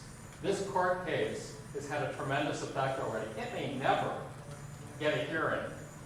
In a way, it doesn't matter, because the Chicago Board of Elections is so upset about this court case that it's forced them to address a lot of our requests. And in fact, they've done things. They had a horrendous 5% retabulation last November as a result of the poll watchers attending the 5% retabulation in the primary in March. So the courts are a very effective way to cause change. And we have a great example of this in recent history. Something that's almost unbelievable that it happened so quickly, and that is gay marriage. And it happened not because the people wanted it, not because our representatives wanted it. It happened because of court cases. Court cases can make things change very quickly. If they get covered. Even if they don't get covered, because judges make decisions even if the news isn't there. Can you quick summarize the issues in that court case? What? Quick summarize the issues in the court case, the challenges. What is it you're trying to establish? Can you get the That court mic? case is based on what they saw in the 5% retabulation. Where's in the the mic? primary last year. Don, I'd like to get this on video, so can you get the mic? Mark is the mic.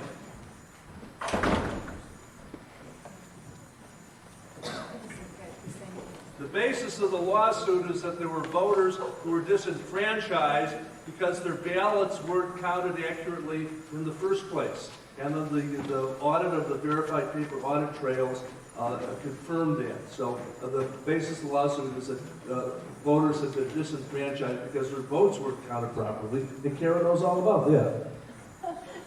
In Wisconsin, not in Illinois.